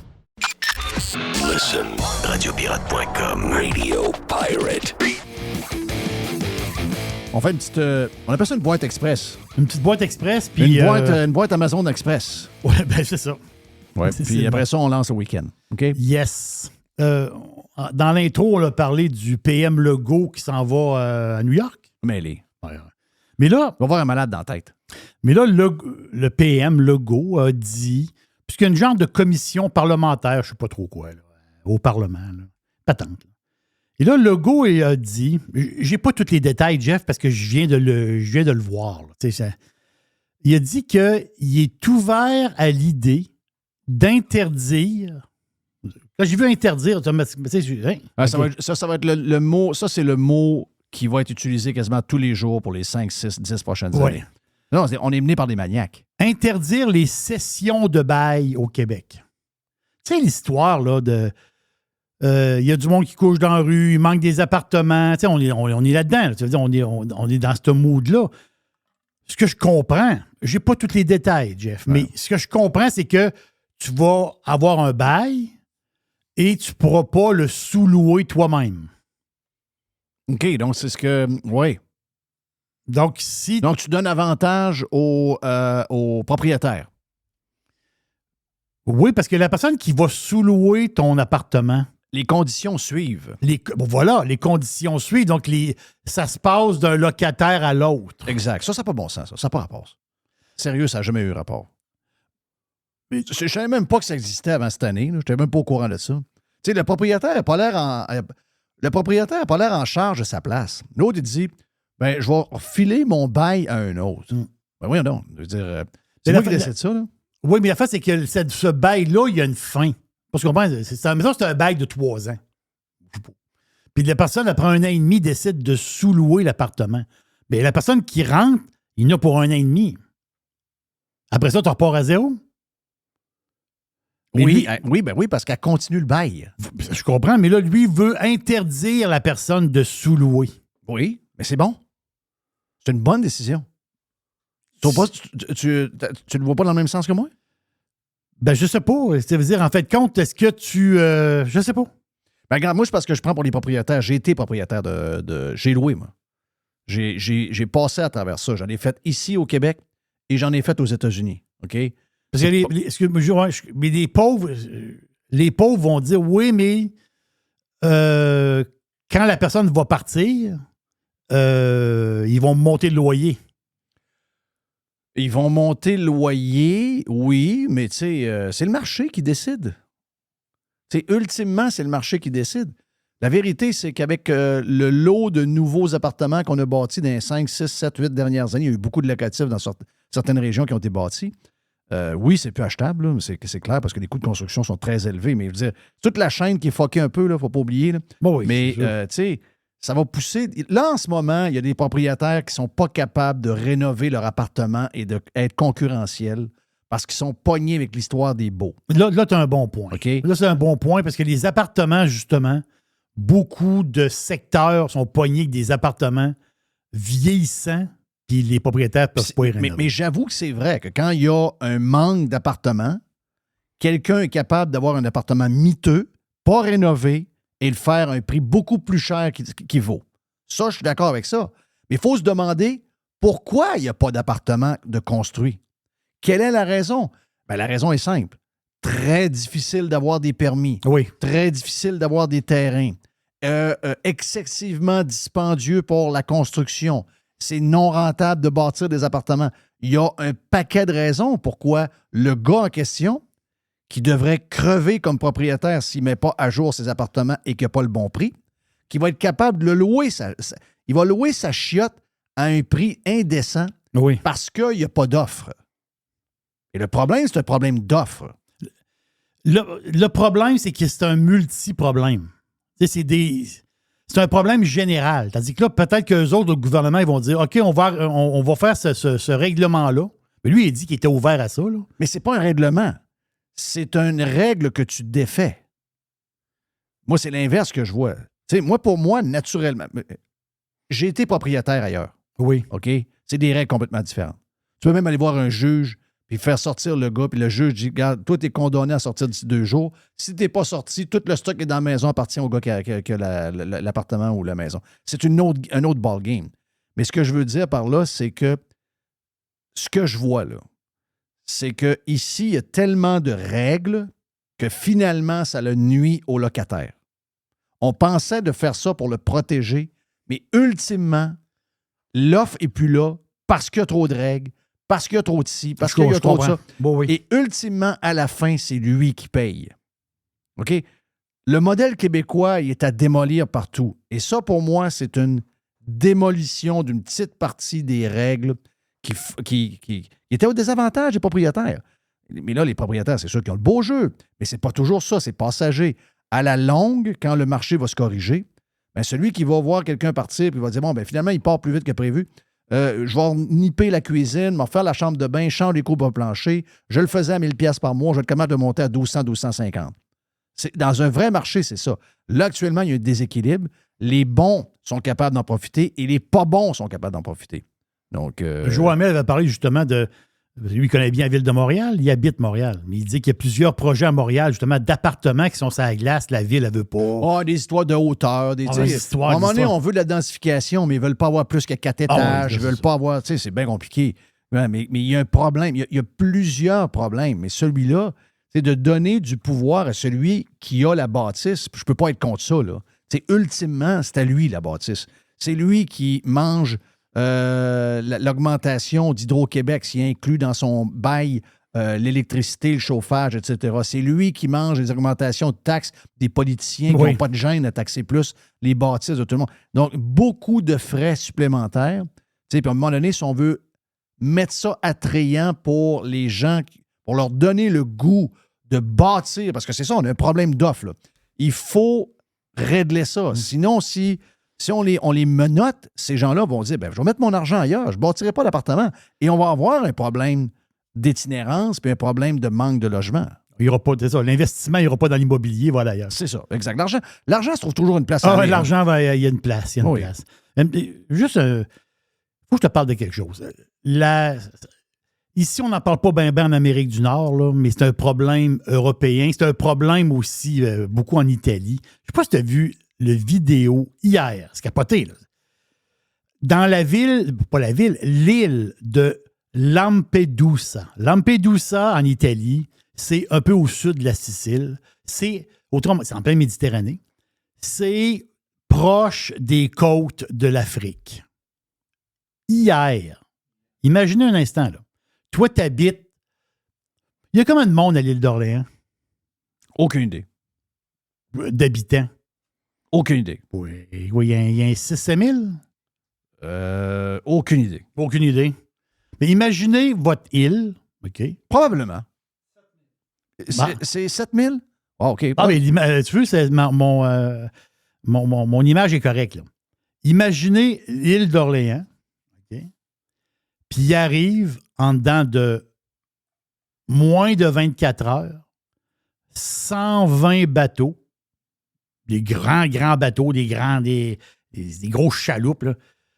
Il a débarqué 6000 migrants dans une journée. Oui, j'ai vu ça. C'est toi qui nous as mis ça hier. Pense à ça, là.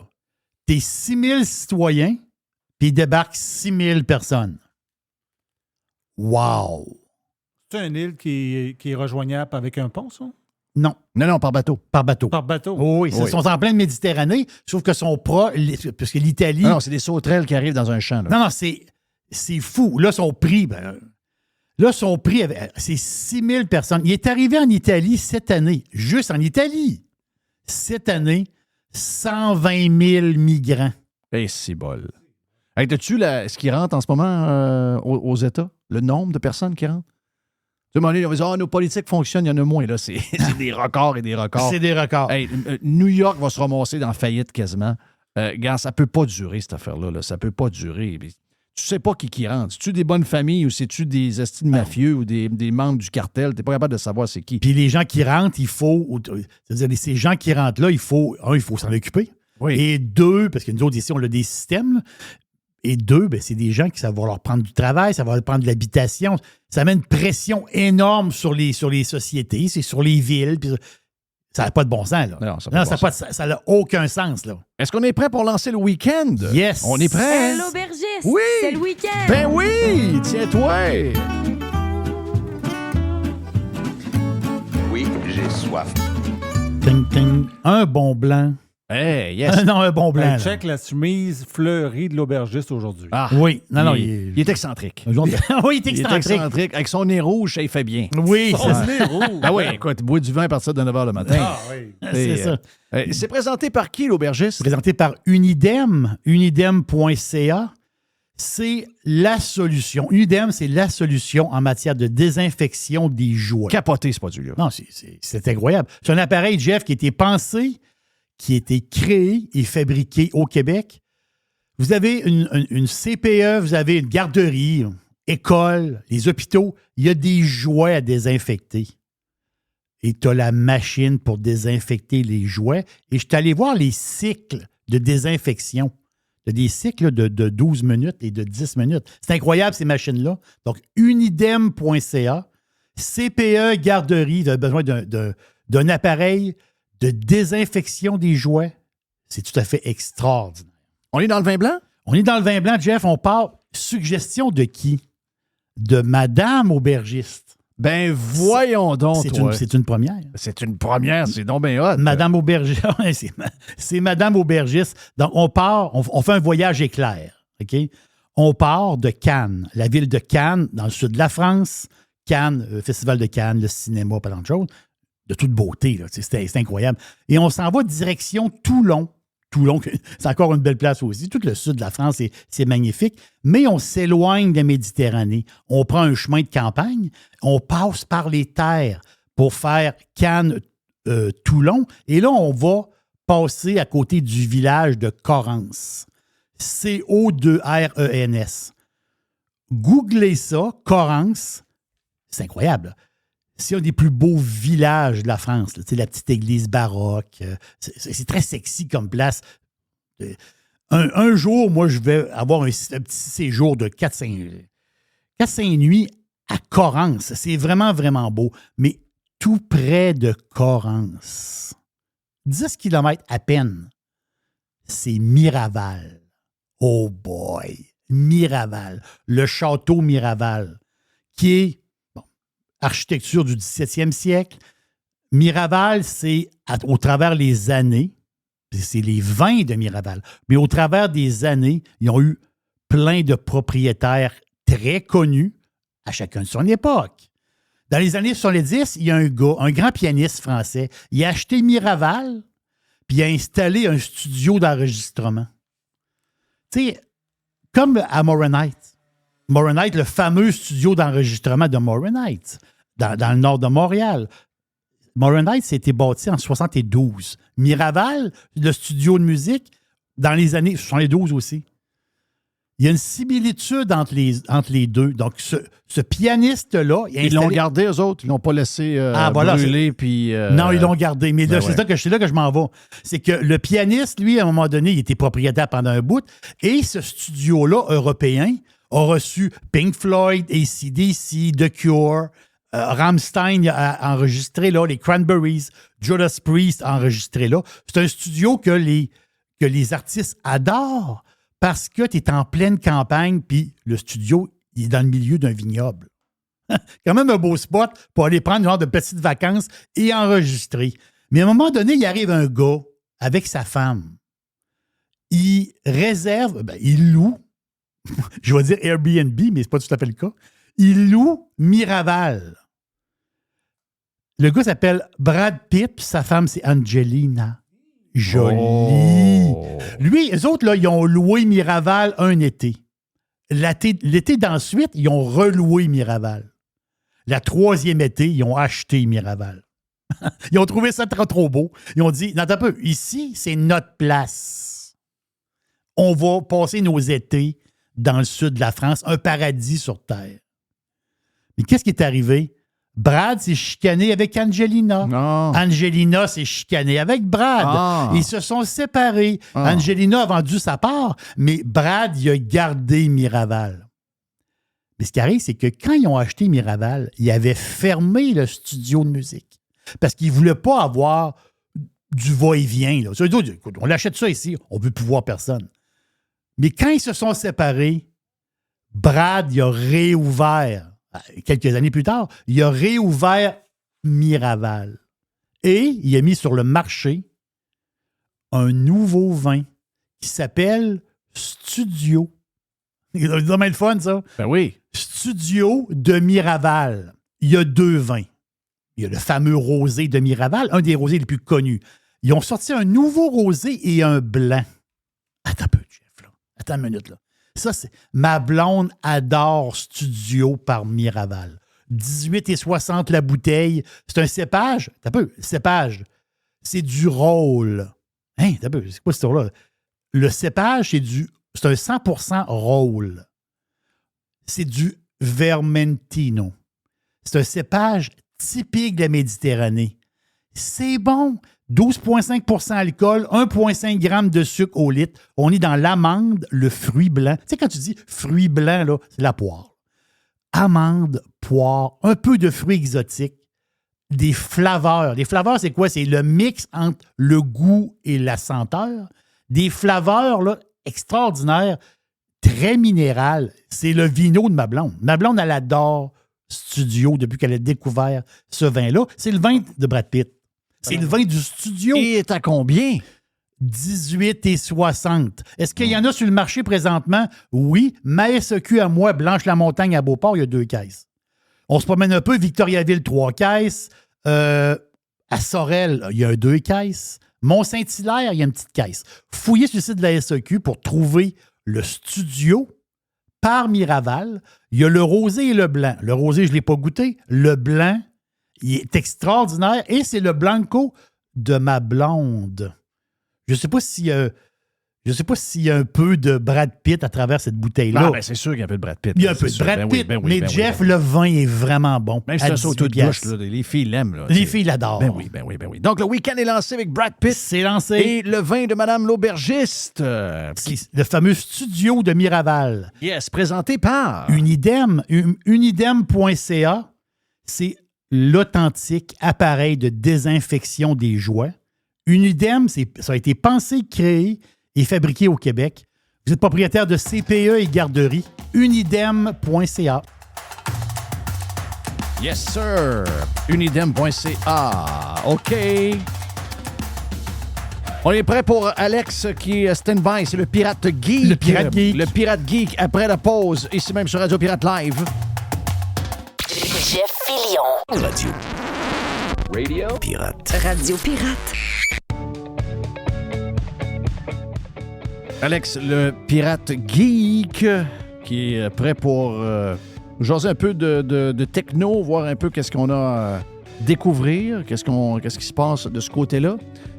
J'ai vu qu'il y a plusieurs entreprises, des gouvernements qui sont attaqués en ce moment par, semble-t-il, des Russes.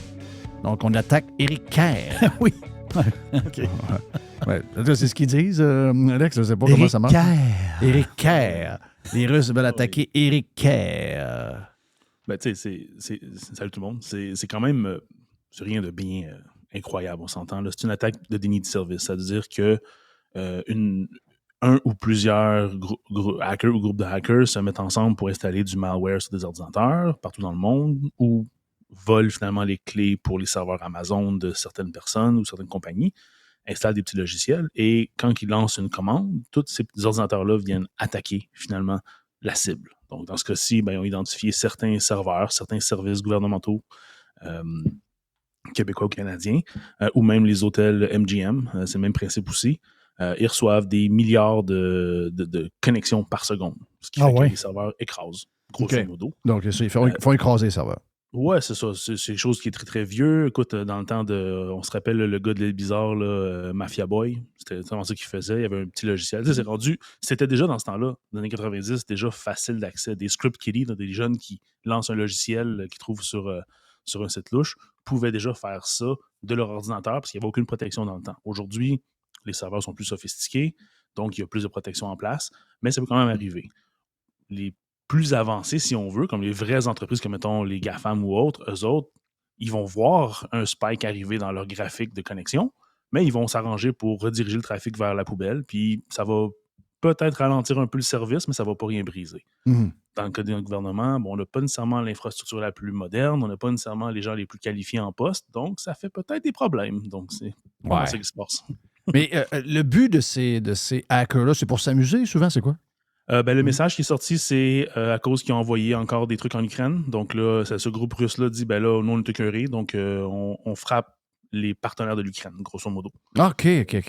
Wow. Donc c'est de la politique, de la géopolitique, mais au lieu d'envoyer ou de capturer, mettons, un dignitaire ou autre chose, on envoie juste des paquets via Internet sur des serveurs. Moi, c'est écœuré pas mal, moi, de ce support-là d'un groupe ou un autre dans une guerre, là. Qui n'a rien à voir avec nous autres. Là. Vois-tu, ça nous amène de la marde. C'est ça que je disais au début. Pourquoi on s'en va? Puis ça, veut pas, c'est notre alliance avec les Américains.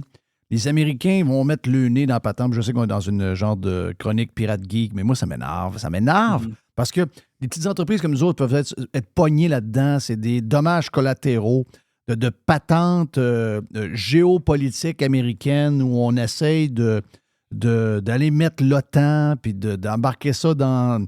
La vérité, là, c'est que l'Ukraine, c'est une patente américaine. Je veux dire, ils ont embarqué tout le monde là-dedans. C'est une histoire du gouvernement américain qui veut s'approcher de la Russie. That's it, that's all. Trump n'en voulait pas de ça. Trump ne voulait pas de cette marde-là. On vit la marde des démocrates de Biden, appuyés par tous les politiciens québécois, canadiens, les journalistes. On n'a pas d'affaires là. On a zéro d'affaires dans cette patente-là. Hey, regarde, allons-y avec les vraies affaires. Démystifions toute l'histoire de Elon Musk et Twitter. Qu'est-ce qui se passe avec X là, et toute la patente? C'est quoi le plan? il nous a dit que ça valait plus grand-chose. Il a payé 44 milliards. Il dit que ça vaut 4 milliards, mais que plus tard, ça va peut-être valoir 500 milliards. Qu'est-ce qui arrive alentour de tout ça, là? Oui, c'est un peu une grosse histoire. Je vais essayer de tout couvrir parce que j'ai quand même pas mal d'informations. Mais bon, commençons avec un petit peu de boursicotage / finance. Comme ça, Jerry va être bien content. Oui. Ça a commencé le 14 avril 2022. C'est là qu'il a annoncé l'acquisition. Ça s'est fait le 27 octobre, donc durant 2022. Mais avant de l'acheter, évidemment, tout était public parce que c'est une compagnie publique cotée en bourse. Donc, c'était agréable d'avoir des chiffres. Donc, 2021, les revenus sont de 4,51 milliards. Oui. Quand même pas pire. 90% de la pub, 10% des abonnements / services / accès d'API, ces choses-là. Donc, un bon 4,5 milliards de revenus. Même année, c'est une perte de 221 millions. Pas trop positif. Non. Mais en 2020, c'était une perte de 1,1 milliard. Fait que c'était mieux. OK? Fait que tu vois qu'il y a 4 millions et demi qui rentrent, ils en perdent entre 200 millions puis 1 milliard par année. Les 8 dernières années sur 10 étaient en perte nette. Aucun profit depuis 2019. Ce qui est une tendance assez normale de tous les produits qu'on voit très populaires, qui brassent beaucoup d'argent. Le Facebook, Oui. au début de Facebook, quand ils sont entrés en bourse, ils ne faisaient pas d'argent. Là. Ils mangeaient de l'argent à tour de bras. Ouais. Ah oui, puis plein de compagnies comme ça. Je n'ai pas des noms comme ça, mais dès que tu rentres en bourse, tu fais une coupe de dizaines, voire de centaines de millions de dollars. Puis là, tu fais juste grandir. Tu t'en fous des profits. Tout ce que tu veux, c'est avoir le plus de gens sur ta plateforme. C'est ça. Parce que dans leur cas, surtout les médias sociaux, le but, c'est d'avoir des yeux, des vues, donc d'avoir du monde. Et après viendra les profits quand tu vas avoir, comme dans le cas de Twitter, mettons 4 milliards de revenus. Ben là, si tu réussis à gérer ta business, tu pourrais faire des beaux profits. T'sais. Exact. Donc, ils ont 2 milliards de dollars en cash. C'est pas pire, mais c'est une baisse de 35% de l'année d'avant. OK? Et ils ont 600 millions de dettes. Donc, c'est pas une compagnie rose, mais c'est pas non plus la fin du monde. Donc, on voit un peu d'où vient Elon Musk, son idée de maintenant que je l'ai acheté, on va couper dans le gras, on va s'arranger pour que ça fonctionne, pour faire des profits, parce que lui, il veut pas, il a contracté une dette de, je pense, à 13 milliards. Il a acheté une dette, là. Il a acheté une dette. Il a acheté quelque chose qui vaut une pièce. Oui, mais il a acheté une dette de Twitter, mais il a aussi dû prendre un prêt, si on veut, pour avoir l'argent qu'il faut. Donc, il y a la dette de Twitter, mais il y a sa dette personnelle à lui aussi en tant qu'acquéreur. Ouais. Donc, ça fait beaucoup d'argent comme ça qu'il faut éventuellement rentabiliser. Donc, tout ça, c'est intéressant. Bon, on ne faisait pas d'argent, on va couper dans le gras, on coupe des employés, on coupe tout. Le personnage est particulier, on le sait, Steve Jobs, Elon Musk et d'autres. Non, et tous ces génies-là sont tous un peu bizarres. Là. C'est ça. Donc, tu sais, j'admire pas tant la façon qu'il s'y prend, mais je comprends le ressentiment. Mais ça, ce qui est bizarre, c'est que toute entreprise aujourd'hui va passer par ses communications avant de dire de quoi. Donc, tu sais, quand ils vont finir par publiciser l'information, tu vas avoir eu 5 à 20 personnes qui vont avoir passé dessus, le message va être clair, tout va être bien expliqué. Ouais. Lui, il fait un tweet. Ouais. Il est 3 heures du matin, il ne dort pas encore. Un peu comme Trump faisait. Oui, transparent comme de l'eau de roche, là, vraiment. Là, ce qui est un plus, mais c'est aussi un moins. Toute l'histoire, on se rappelle au début, on a commencé à jouer avec l'histoire des vérifications puis des comptes payants. Là, c'était un jour, c'était l'affaire, le lendemain, c'est autre chose. C'était fou. Là. J'ai vu une liste à un moment donné là, qui quelqu'un a sorti, comme une centaine d'affaires qu'il a faites dans quelques mois. Là. C'est pas toutes des grosses choses, beaucoup de petites choses, mais c'est juste que les communs des mortels ou les journalistes, ils suivent plus. Là. Si t'es pas sur le gars à tous les jours, tu vois pas la tangente. Puis il y a des annonces qui ont été faites dans des replies de tweets. Donc, tu sais, c'est quelque chose. Là. Donc, tu sais, la méthode est pas la meilleure, mais je pense qu'il veut s'en aller vers une bonne direction. Pourquoi est-ce qu'il veut rentabiliser ça? Bon, c'est pour évidemment payer sa dette, mais pourquoi est-ce qu'il dit que ça peut valoir 100 milliards, 200 milliards et plus? C'est que lui, ce qu'il voit dans cette application-là, en ce moment, c'est un pool d'utilisateurs. T'sais, donc, je pense que c'est 200 ou 300 millions d'utilisateurs mensuels sur Twitter qui sont là tous les mois. C'est énorme. C'est un très, très gros bassin.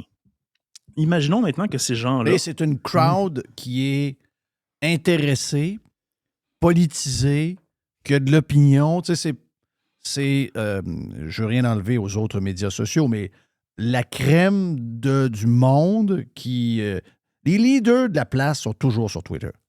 Oui, parce que c'est le town square. C'est la place où ce que tu veux parler, tu veux annoncer, puis tu veux recevoir du feedback. C'est idéal comme place. Pourquoi? Parce que oui, tu as le côté algorithmique qui va te présenter du nouveau contenu, mais tu peux quand même toujours aller dans l'espèce d'onglet following puis voir juste des choses que tu suis. Donc, tu sais, tu as une proximité encore que tu n'as pas avec d'autres réseaux sociaux comme Facebook. Voilà. Cherche pas à avoir... Tu likes une page d'un artiste, peut-être que tu ne verras jamais de ses publications parce que Facebook veut que tu payes en tant qu'artiste pour que ton contenu soit mis sur les gens qui sont abonnés. Donc, tu sais, il y a une déconnexion à ce Oh moment. oui, Facebook est très, très sauvage à ce niveau-là. C'est ça. Mais avec ces 300 millions d'utilisateurs-là, lui, ce qu'il veut, c'est qu'il se dit, ben, si je prends ce bassin-là et je fais de X l'application qui fait tout, ben moi, je vais faire une chose pour faire de l'argent, c'est que je vais traiter les paiements. Quand tu processes, quand tu traites les paiements, tu te prends un petit 2 à 3 % de chaque transaction. Fait que imagine une application comme X où on va dire un chiffre, 50 millions de personnes dépensent 100 $ par année dessus pour payer un compte, pour faire un virement à tes amis, pour partager une facture de restaurant. Oui. 100 millions de personnes à 100 $ par mois, on tombe pas mal dans le milliard. Mais 2 % d'un milliard, ben, c'est quand même 20 millions. Ouais. Ça, c'est rien fait, là, dans le sens que tu n'as peu fait de grand-chose. Et imagine si ça devient une application style bancaire, où ce que là, toutes les transactions passent par X. Oui. Donc, lui, c'est ce qu'il voit. Est-ce qu'il n'y a pas un danger, par contre? Tu sais, je regarde, j'ai lu un peu sur tout ce que tu es en train de parler là. Puis moi, je suis un believer. Là, OK? J'ai toujours vu, avant que Musk... moi, je suis un gars de Twitter, je ne suis pas un gars de Facebook, mais j'ai toujours vu que Twitter était sous-performante par rapport au... Tu sais, elle n'est pas pognée dans un carcan, contrairement à Facebook ou à autre. Puis encore là, Facebook réussit à sortir de son carcan. Ils l'ont fait avec... peut-être pas des affaires bien payantes, là, mais je veux dire, Marketplace, la patente de rencontre, ils ont réussi à s'ouvrir un peu plus pour offrir plus d'options qui sont pas mal éloignées de ce que c'était au départ. Mais Twitter a encore plus de potentiel. Donc, moi, j'y crois énormément, mais je pose la question pour être l'avocat du diable. Est-ce que Twitter et le projet de X, est-ce qu'il est un peu trop ambitieux?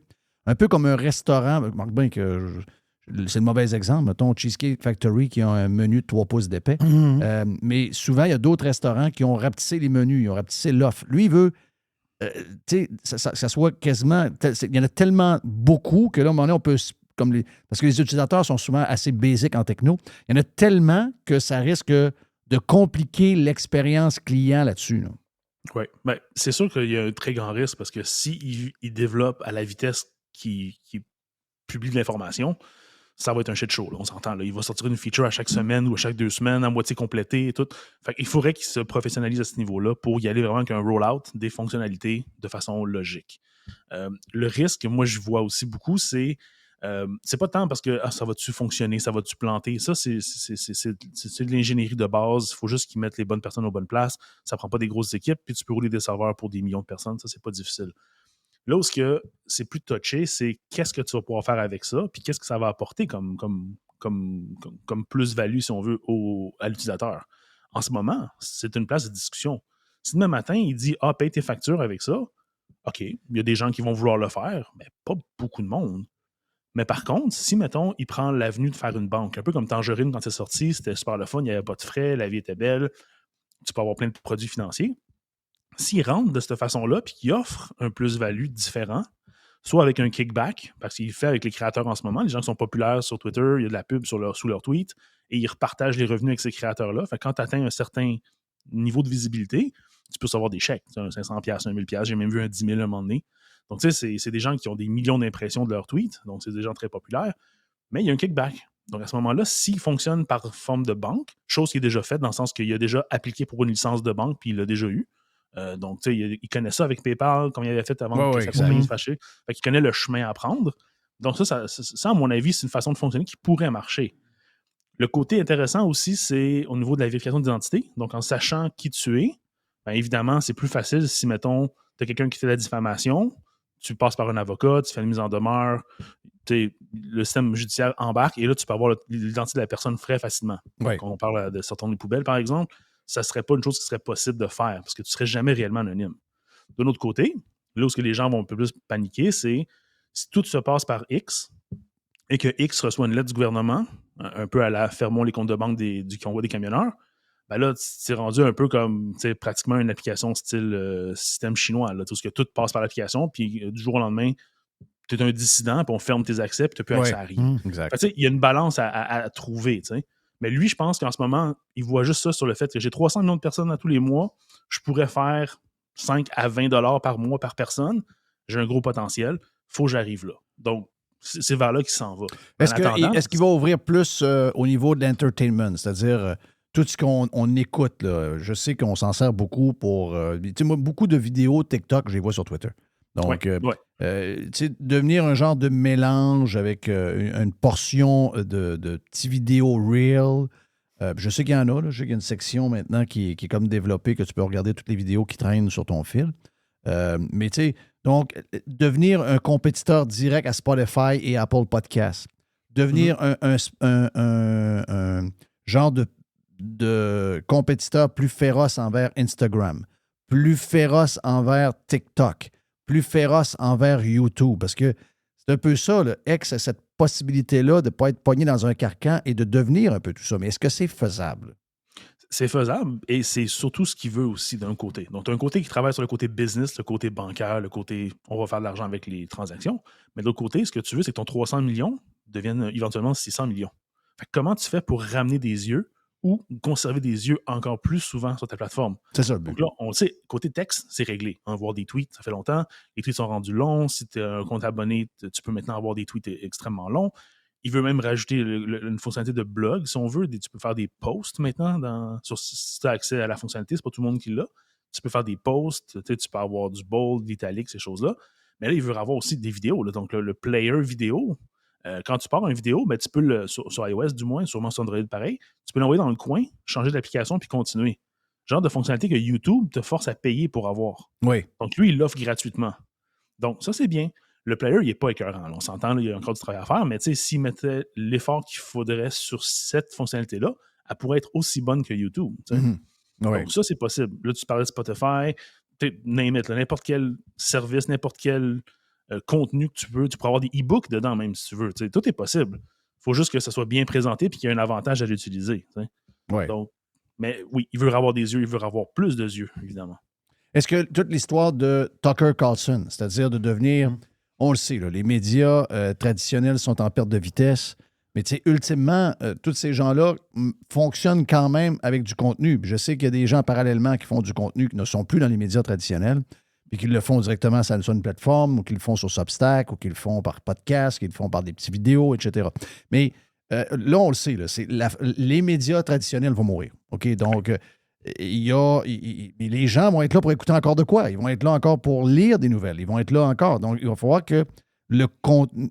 C'est beau d'avoir un contenant magnifique, bien programmé, avec plein d'options, mais si tous les gens qui avaient une tribune pour livrer du contenu, ces gens-là disparaissent, ben, qu'est-ce qu'on va faire? Je vais donner un exemple, OK? Je le parlais hier avec Mr. White. Régent a quitté le Journal de Montréal parce que ça ne tentait pas de faire... il offrait une belle offre là, pour être le samedi, mais il dit, moi, je ne peux pas faire ça. Je suis quelqu'un qui suit l'actualité, puis je vais faire mes billets en fonction de l'actualité. Et ces textes sont écœurants sur BPM Sport. C'est vraiment des textes de 400 mots. Puis je trouve que Régent, il a l'air d'un gars de 40 ans en shape, comme ça se peut pas. Il est tout là. Il est sur les bons sujets. Il les amène. Tu sais, je me dis, ce gars-là, c'est un surdoué. Là. Mais là, tu as un surdoué, OK? Tu es dans une patente de sport. Je vais voir les tweets. Il n'y a aucun following. Ils les mettent, là. Ils mettent des chroniques de Régent. Il n'y a pas de following. Donc, est-ce que l'algorithme le nuit? Je sais. Tu sais, comment on fait? Parce que là, il faut que ce créateur-là trouve un moyen que les gens le voient. Là, je comprends qu'ultimement, ils veulent, ben regarde, mets 50$ par jour puis on va le montrer à plein de monde. Sauf que si ce contenu-là est perdu en ce moment, là, BPM n'est pas capable de faire voir l'excellent contenu de Régent Tremblay en ce moment. Oui. Le problème principal, je te dirais, là, c'est que la plupart des gens n'utilisent pas les réseaux de la bonne façon.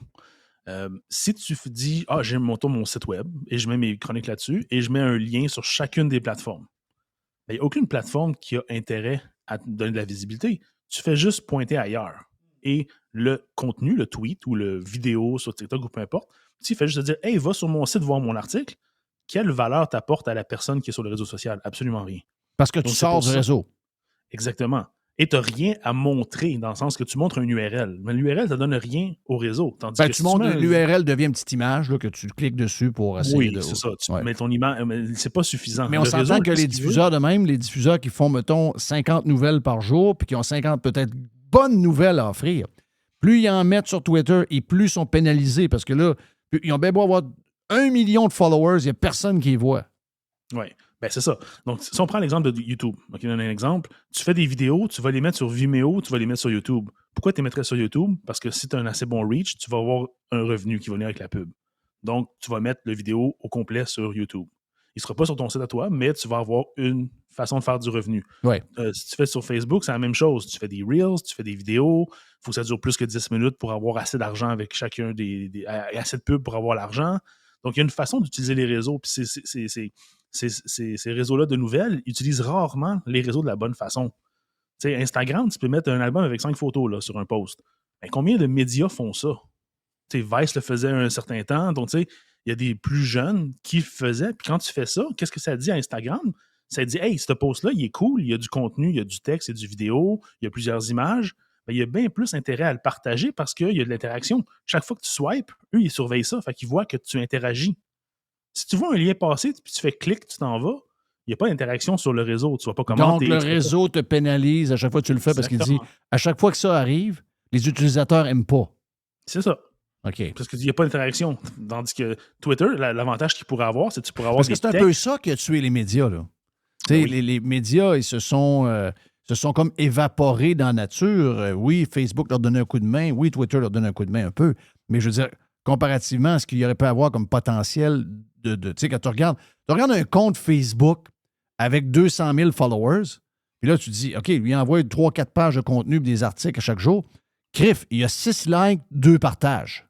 Mm-hmm. Puis l'article est très bon, là. Le contenu mérite plus que ça. Là, tu te dis, tu as tendance à dire, ouais, mais là, Facebook n'est pas bien fin. Puis ultimement, c'est le média qui crée le contenu parce que moi, je suis anti-média traditionnel. Ils m'écœurent. Tout ce qu'ils nous ont fait vivre, ils m'écœurent. Mais il va y avoir des remplaçants pour ces gens-là. Mais à un moment donné, il va falloir qu'on soit capable de les voir. T'sais. Si moi, je veux partir un genre de petit média alternatif, puis que Régent Tremblay s'en vient avec nous autres, puis que Joe Hamel écrit dedans, puis Yann Sénéchal écrit dedans, il faut que je trouve un moyen de partir cette patente-là. S'ils me demandent 1500$, 2000$ par jour juste pour booster les posts, bien, je vais finir par crever, là. Oui. Ben, c'est pour ça qu'il faut que tu crées le contenu adapté à la plateforme, première des choses. Donc, tu sais, si tu fais une chronique écrite comme Régent, c'est super. Tu as ton texte, tu peux en avoir une version abrégée sur Twitter, par exemple, qui serait toute dans le tweet, par exemple. Tu pourrais aussi avoir une version vidéo qui serait mise sur TikTok, qui ramènerait des points de plus que tu n'as pas sur les autres. Fait que quelqu'un qui veut vraiment le contenu au complet va devoir suivre et s'abonner un peu partout et avoir le contenu formaté pour le bon média. Est-ce que les médias, donc ce qu'on voit là, c'est que ce nouveau monde-là, un des problèmes pourquoi tout le monde est en train de crever, c'est que ces gens-là n'ont pas été capables d'engager des gens qui comprennent la bête. 2 choses. Tu te rappelles-tu dans le temps du iPhone 4, iPhone 5, à chaque conférence de Steve Jobs, qui c'est qu'il y avait sur le stage? New York Times. Pourquoi? Parce qu'il y avait un site web mobile avant tout le monde. Parce qu'il y avait une application mobile avant tout le monde. Et qu'est-ce qu'ils font avec ces applications-là et ces sites web-là? Ils gèrent des abonnements. C'est juste ça. D'avoir mis leur contenu gratuitement, ça les a mis dans une situation totalement dangereuse et aujourd'hui, ils payent le prix. Ils ont eu beaucoup de yeux sur leur contenu par les médias sociaux puis par l'Internet, mais ils n'ont pas su les utiliser puis en faire de l'argent avec. C'est comme si tu payes de la pub pour Radio Pirate sur Google. Tu te mettrais 1000$ par jour. Mais si au bout de la ligne, tu ne fais pas que les gens s'abonnent, ben, tu dois du cash. C'est ça. Mais ils ont fait exactement cette même stratégie-là. Ils ont « Ah oui, on est sur les réseaux sociaux, venez donc, voir nos articles. » Ils méritent un peu de crever. Ben, sincèrement, le seul que je trouve un peu dommage, c'est la presse avec la Presse Plus. C'était une super belle initiative. Ça, c'est de transformer le journal en application iPad. C'était excellent. Sauf que moi, j'ai pas d'iPad. Mais c'est ça. C'était pas pour tout le monde. C'est ça le problème. Il aurait quand même dû avoir, et encore aujourd'hui, ça devrait être le cas encore, des abonnements pour du contenu exclusif de qualité. Faut que les gens s'abonnent au le Wall Street Journal, finalement, c'est le modèle du Wall Street Journal. Exactement. Qui est le journal le plus rentable au monde. Ben, c'est ça. Ouais. Ils ont juste continué à faire de la qualité, puis ils ont dit hey, tu veux notre qualité, ben il faut que tu payes pour ça. Quel monde pareil, hein? Quelle époque, quel monde. C'est fou. Et ça veut dire que un peu tout le monde doit être, parce que les gens se servent beaucoup de ça, même les entreprises. Est-ce que tu penses que les entreprises, pas juste les entreprises de médias, est-ce que les entreprises doivent investir avec des spécialistes de réseaux sociaux pour être plus présents? Même le gouvernement, là, qui est très mauvais à ce niveau-là. Est-ce que tout le monde a... Est-ce qu'on a manqué le cours 101 des médias sociaux, incluant nous? Moi, je pense qu'il devrait y avoir plus d'efforts qui est mis sur... Pas nécessairement d'avoir une équipe que tu vas embaucher. Ça, c'est comme un peu une façon de pitcher de l'argent pour avoir une solution rapide. Mais tout le monde qui a du contenu à créer devrait s'informer, devrait voir des tutoriels, devrait savoir comment faire pour... Est-ce que les patrons d'entreprises, de PME, devraient prendre... Parce que, regarde, ma fille est à l'université, est en gestion TI. C'est-à-dire que c'est un cours d'administration normal. Elle peut devenir manager de paquet d'affaires, elle peut devenir boss d'un paquet d'affaires, mais en même temps, elle apprend à coder, elle apprend à lire du code, elle apprend à caller bullshit. Donc, est-ce que les dirigeants des petites PME devraient être plus formés? Oui, comptabilité, lire les rapports financiers, toute la patente, apprendre aussi maintenant les relations avec les employés et tout. Mais est-ce qu'ils vont devoir, à un moment donné, être obligés de rajouter le côté réseaux sociaux et toute la partie web pour être sûr, parce que c'est devenu trop important pour toutes les entreprises de tous les secteurs?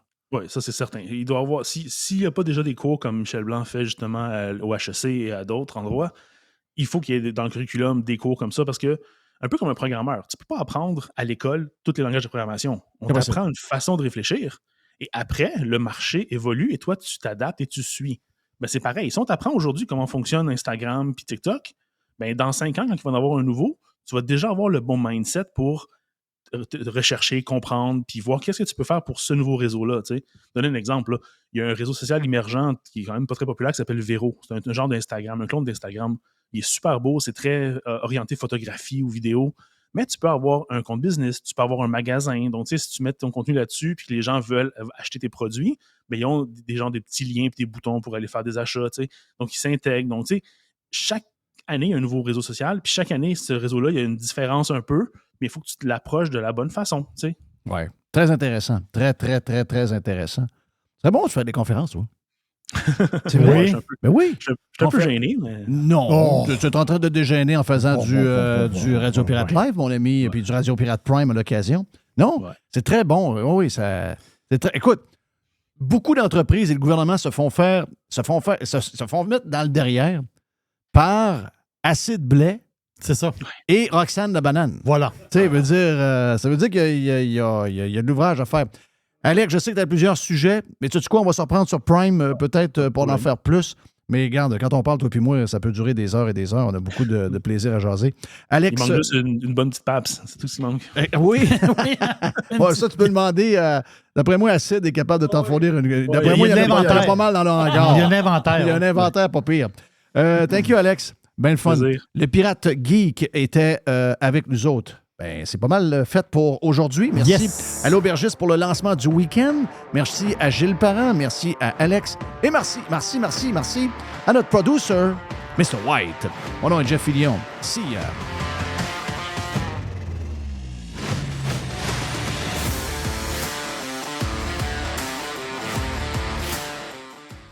Radio Pirate. Ah, mes chers auditeurs. Radio Pirate.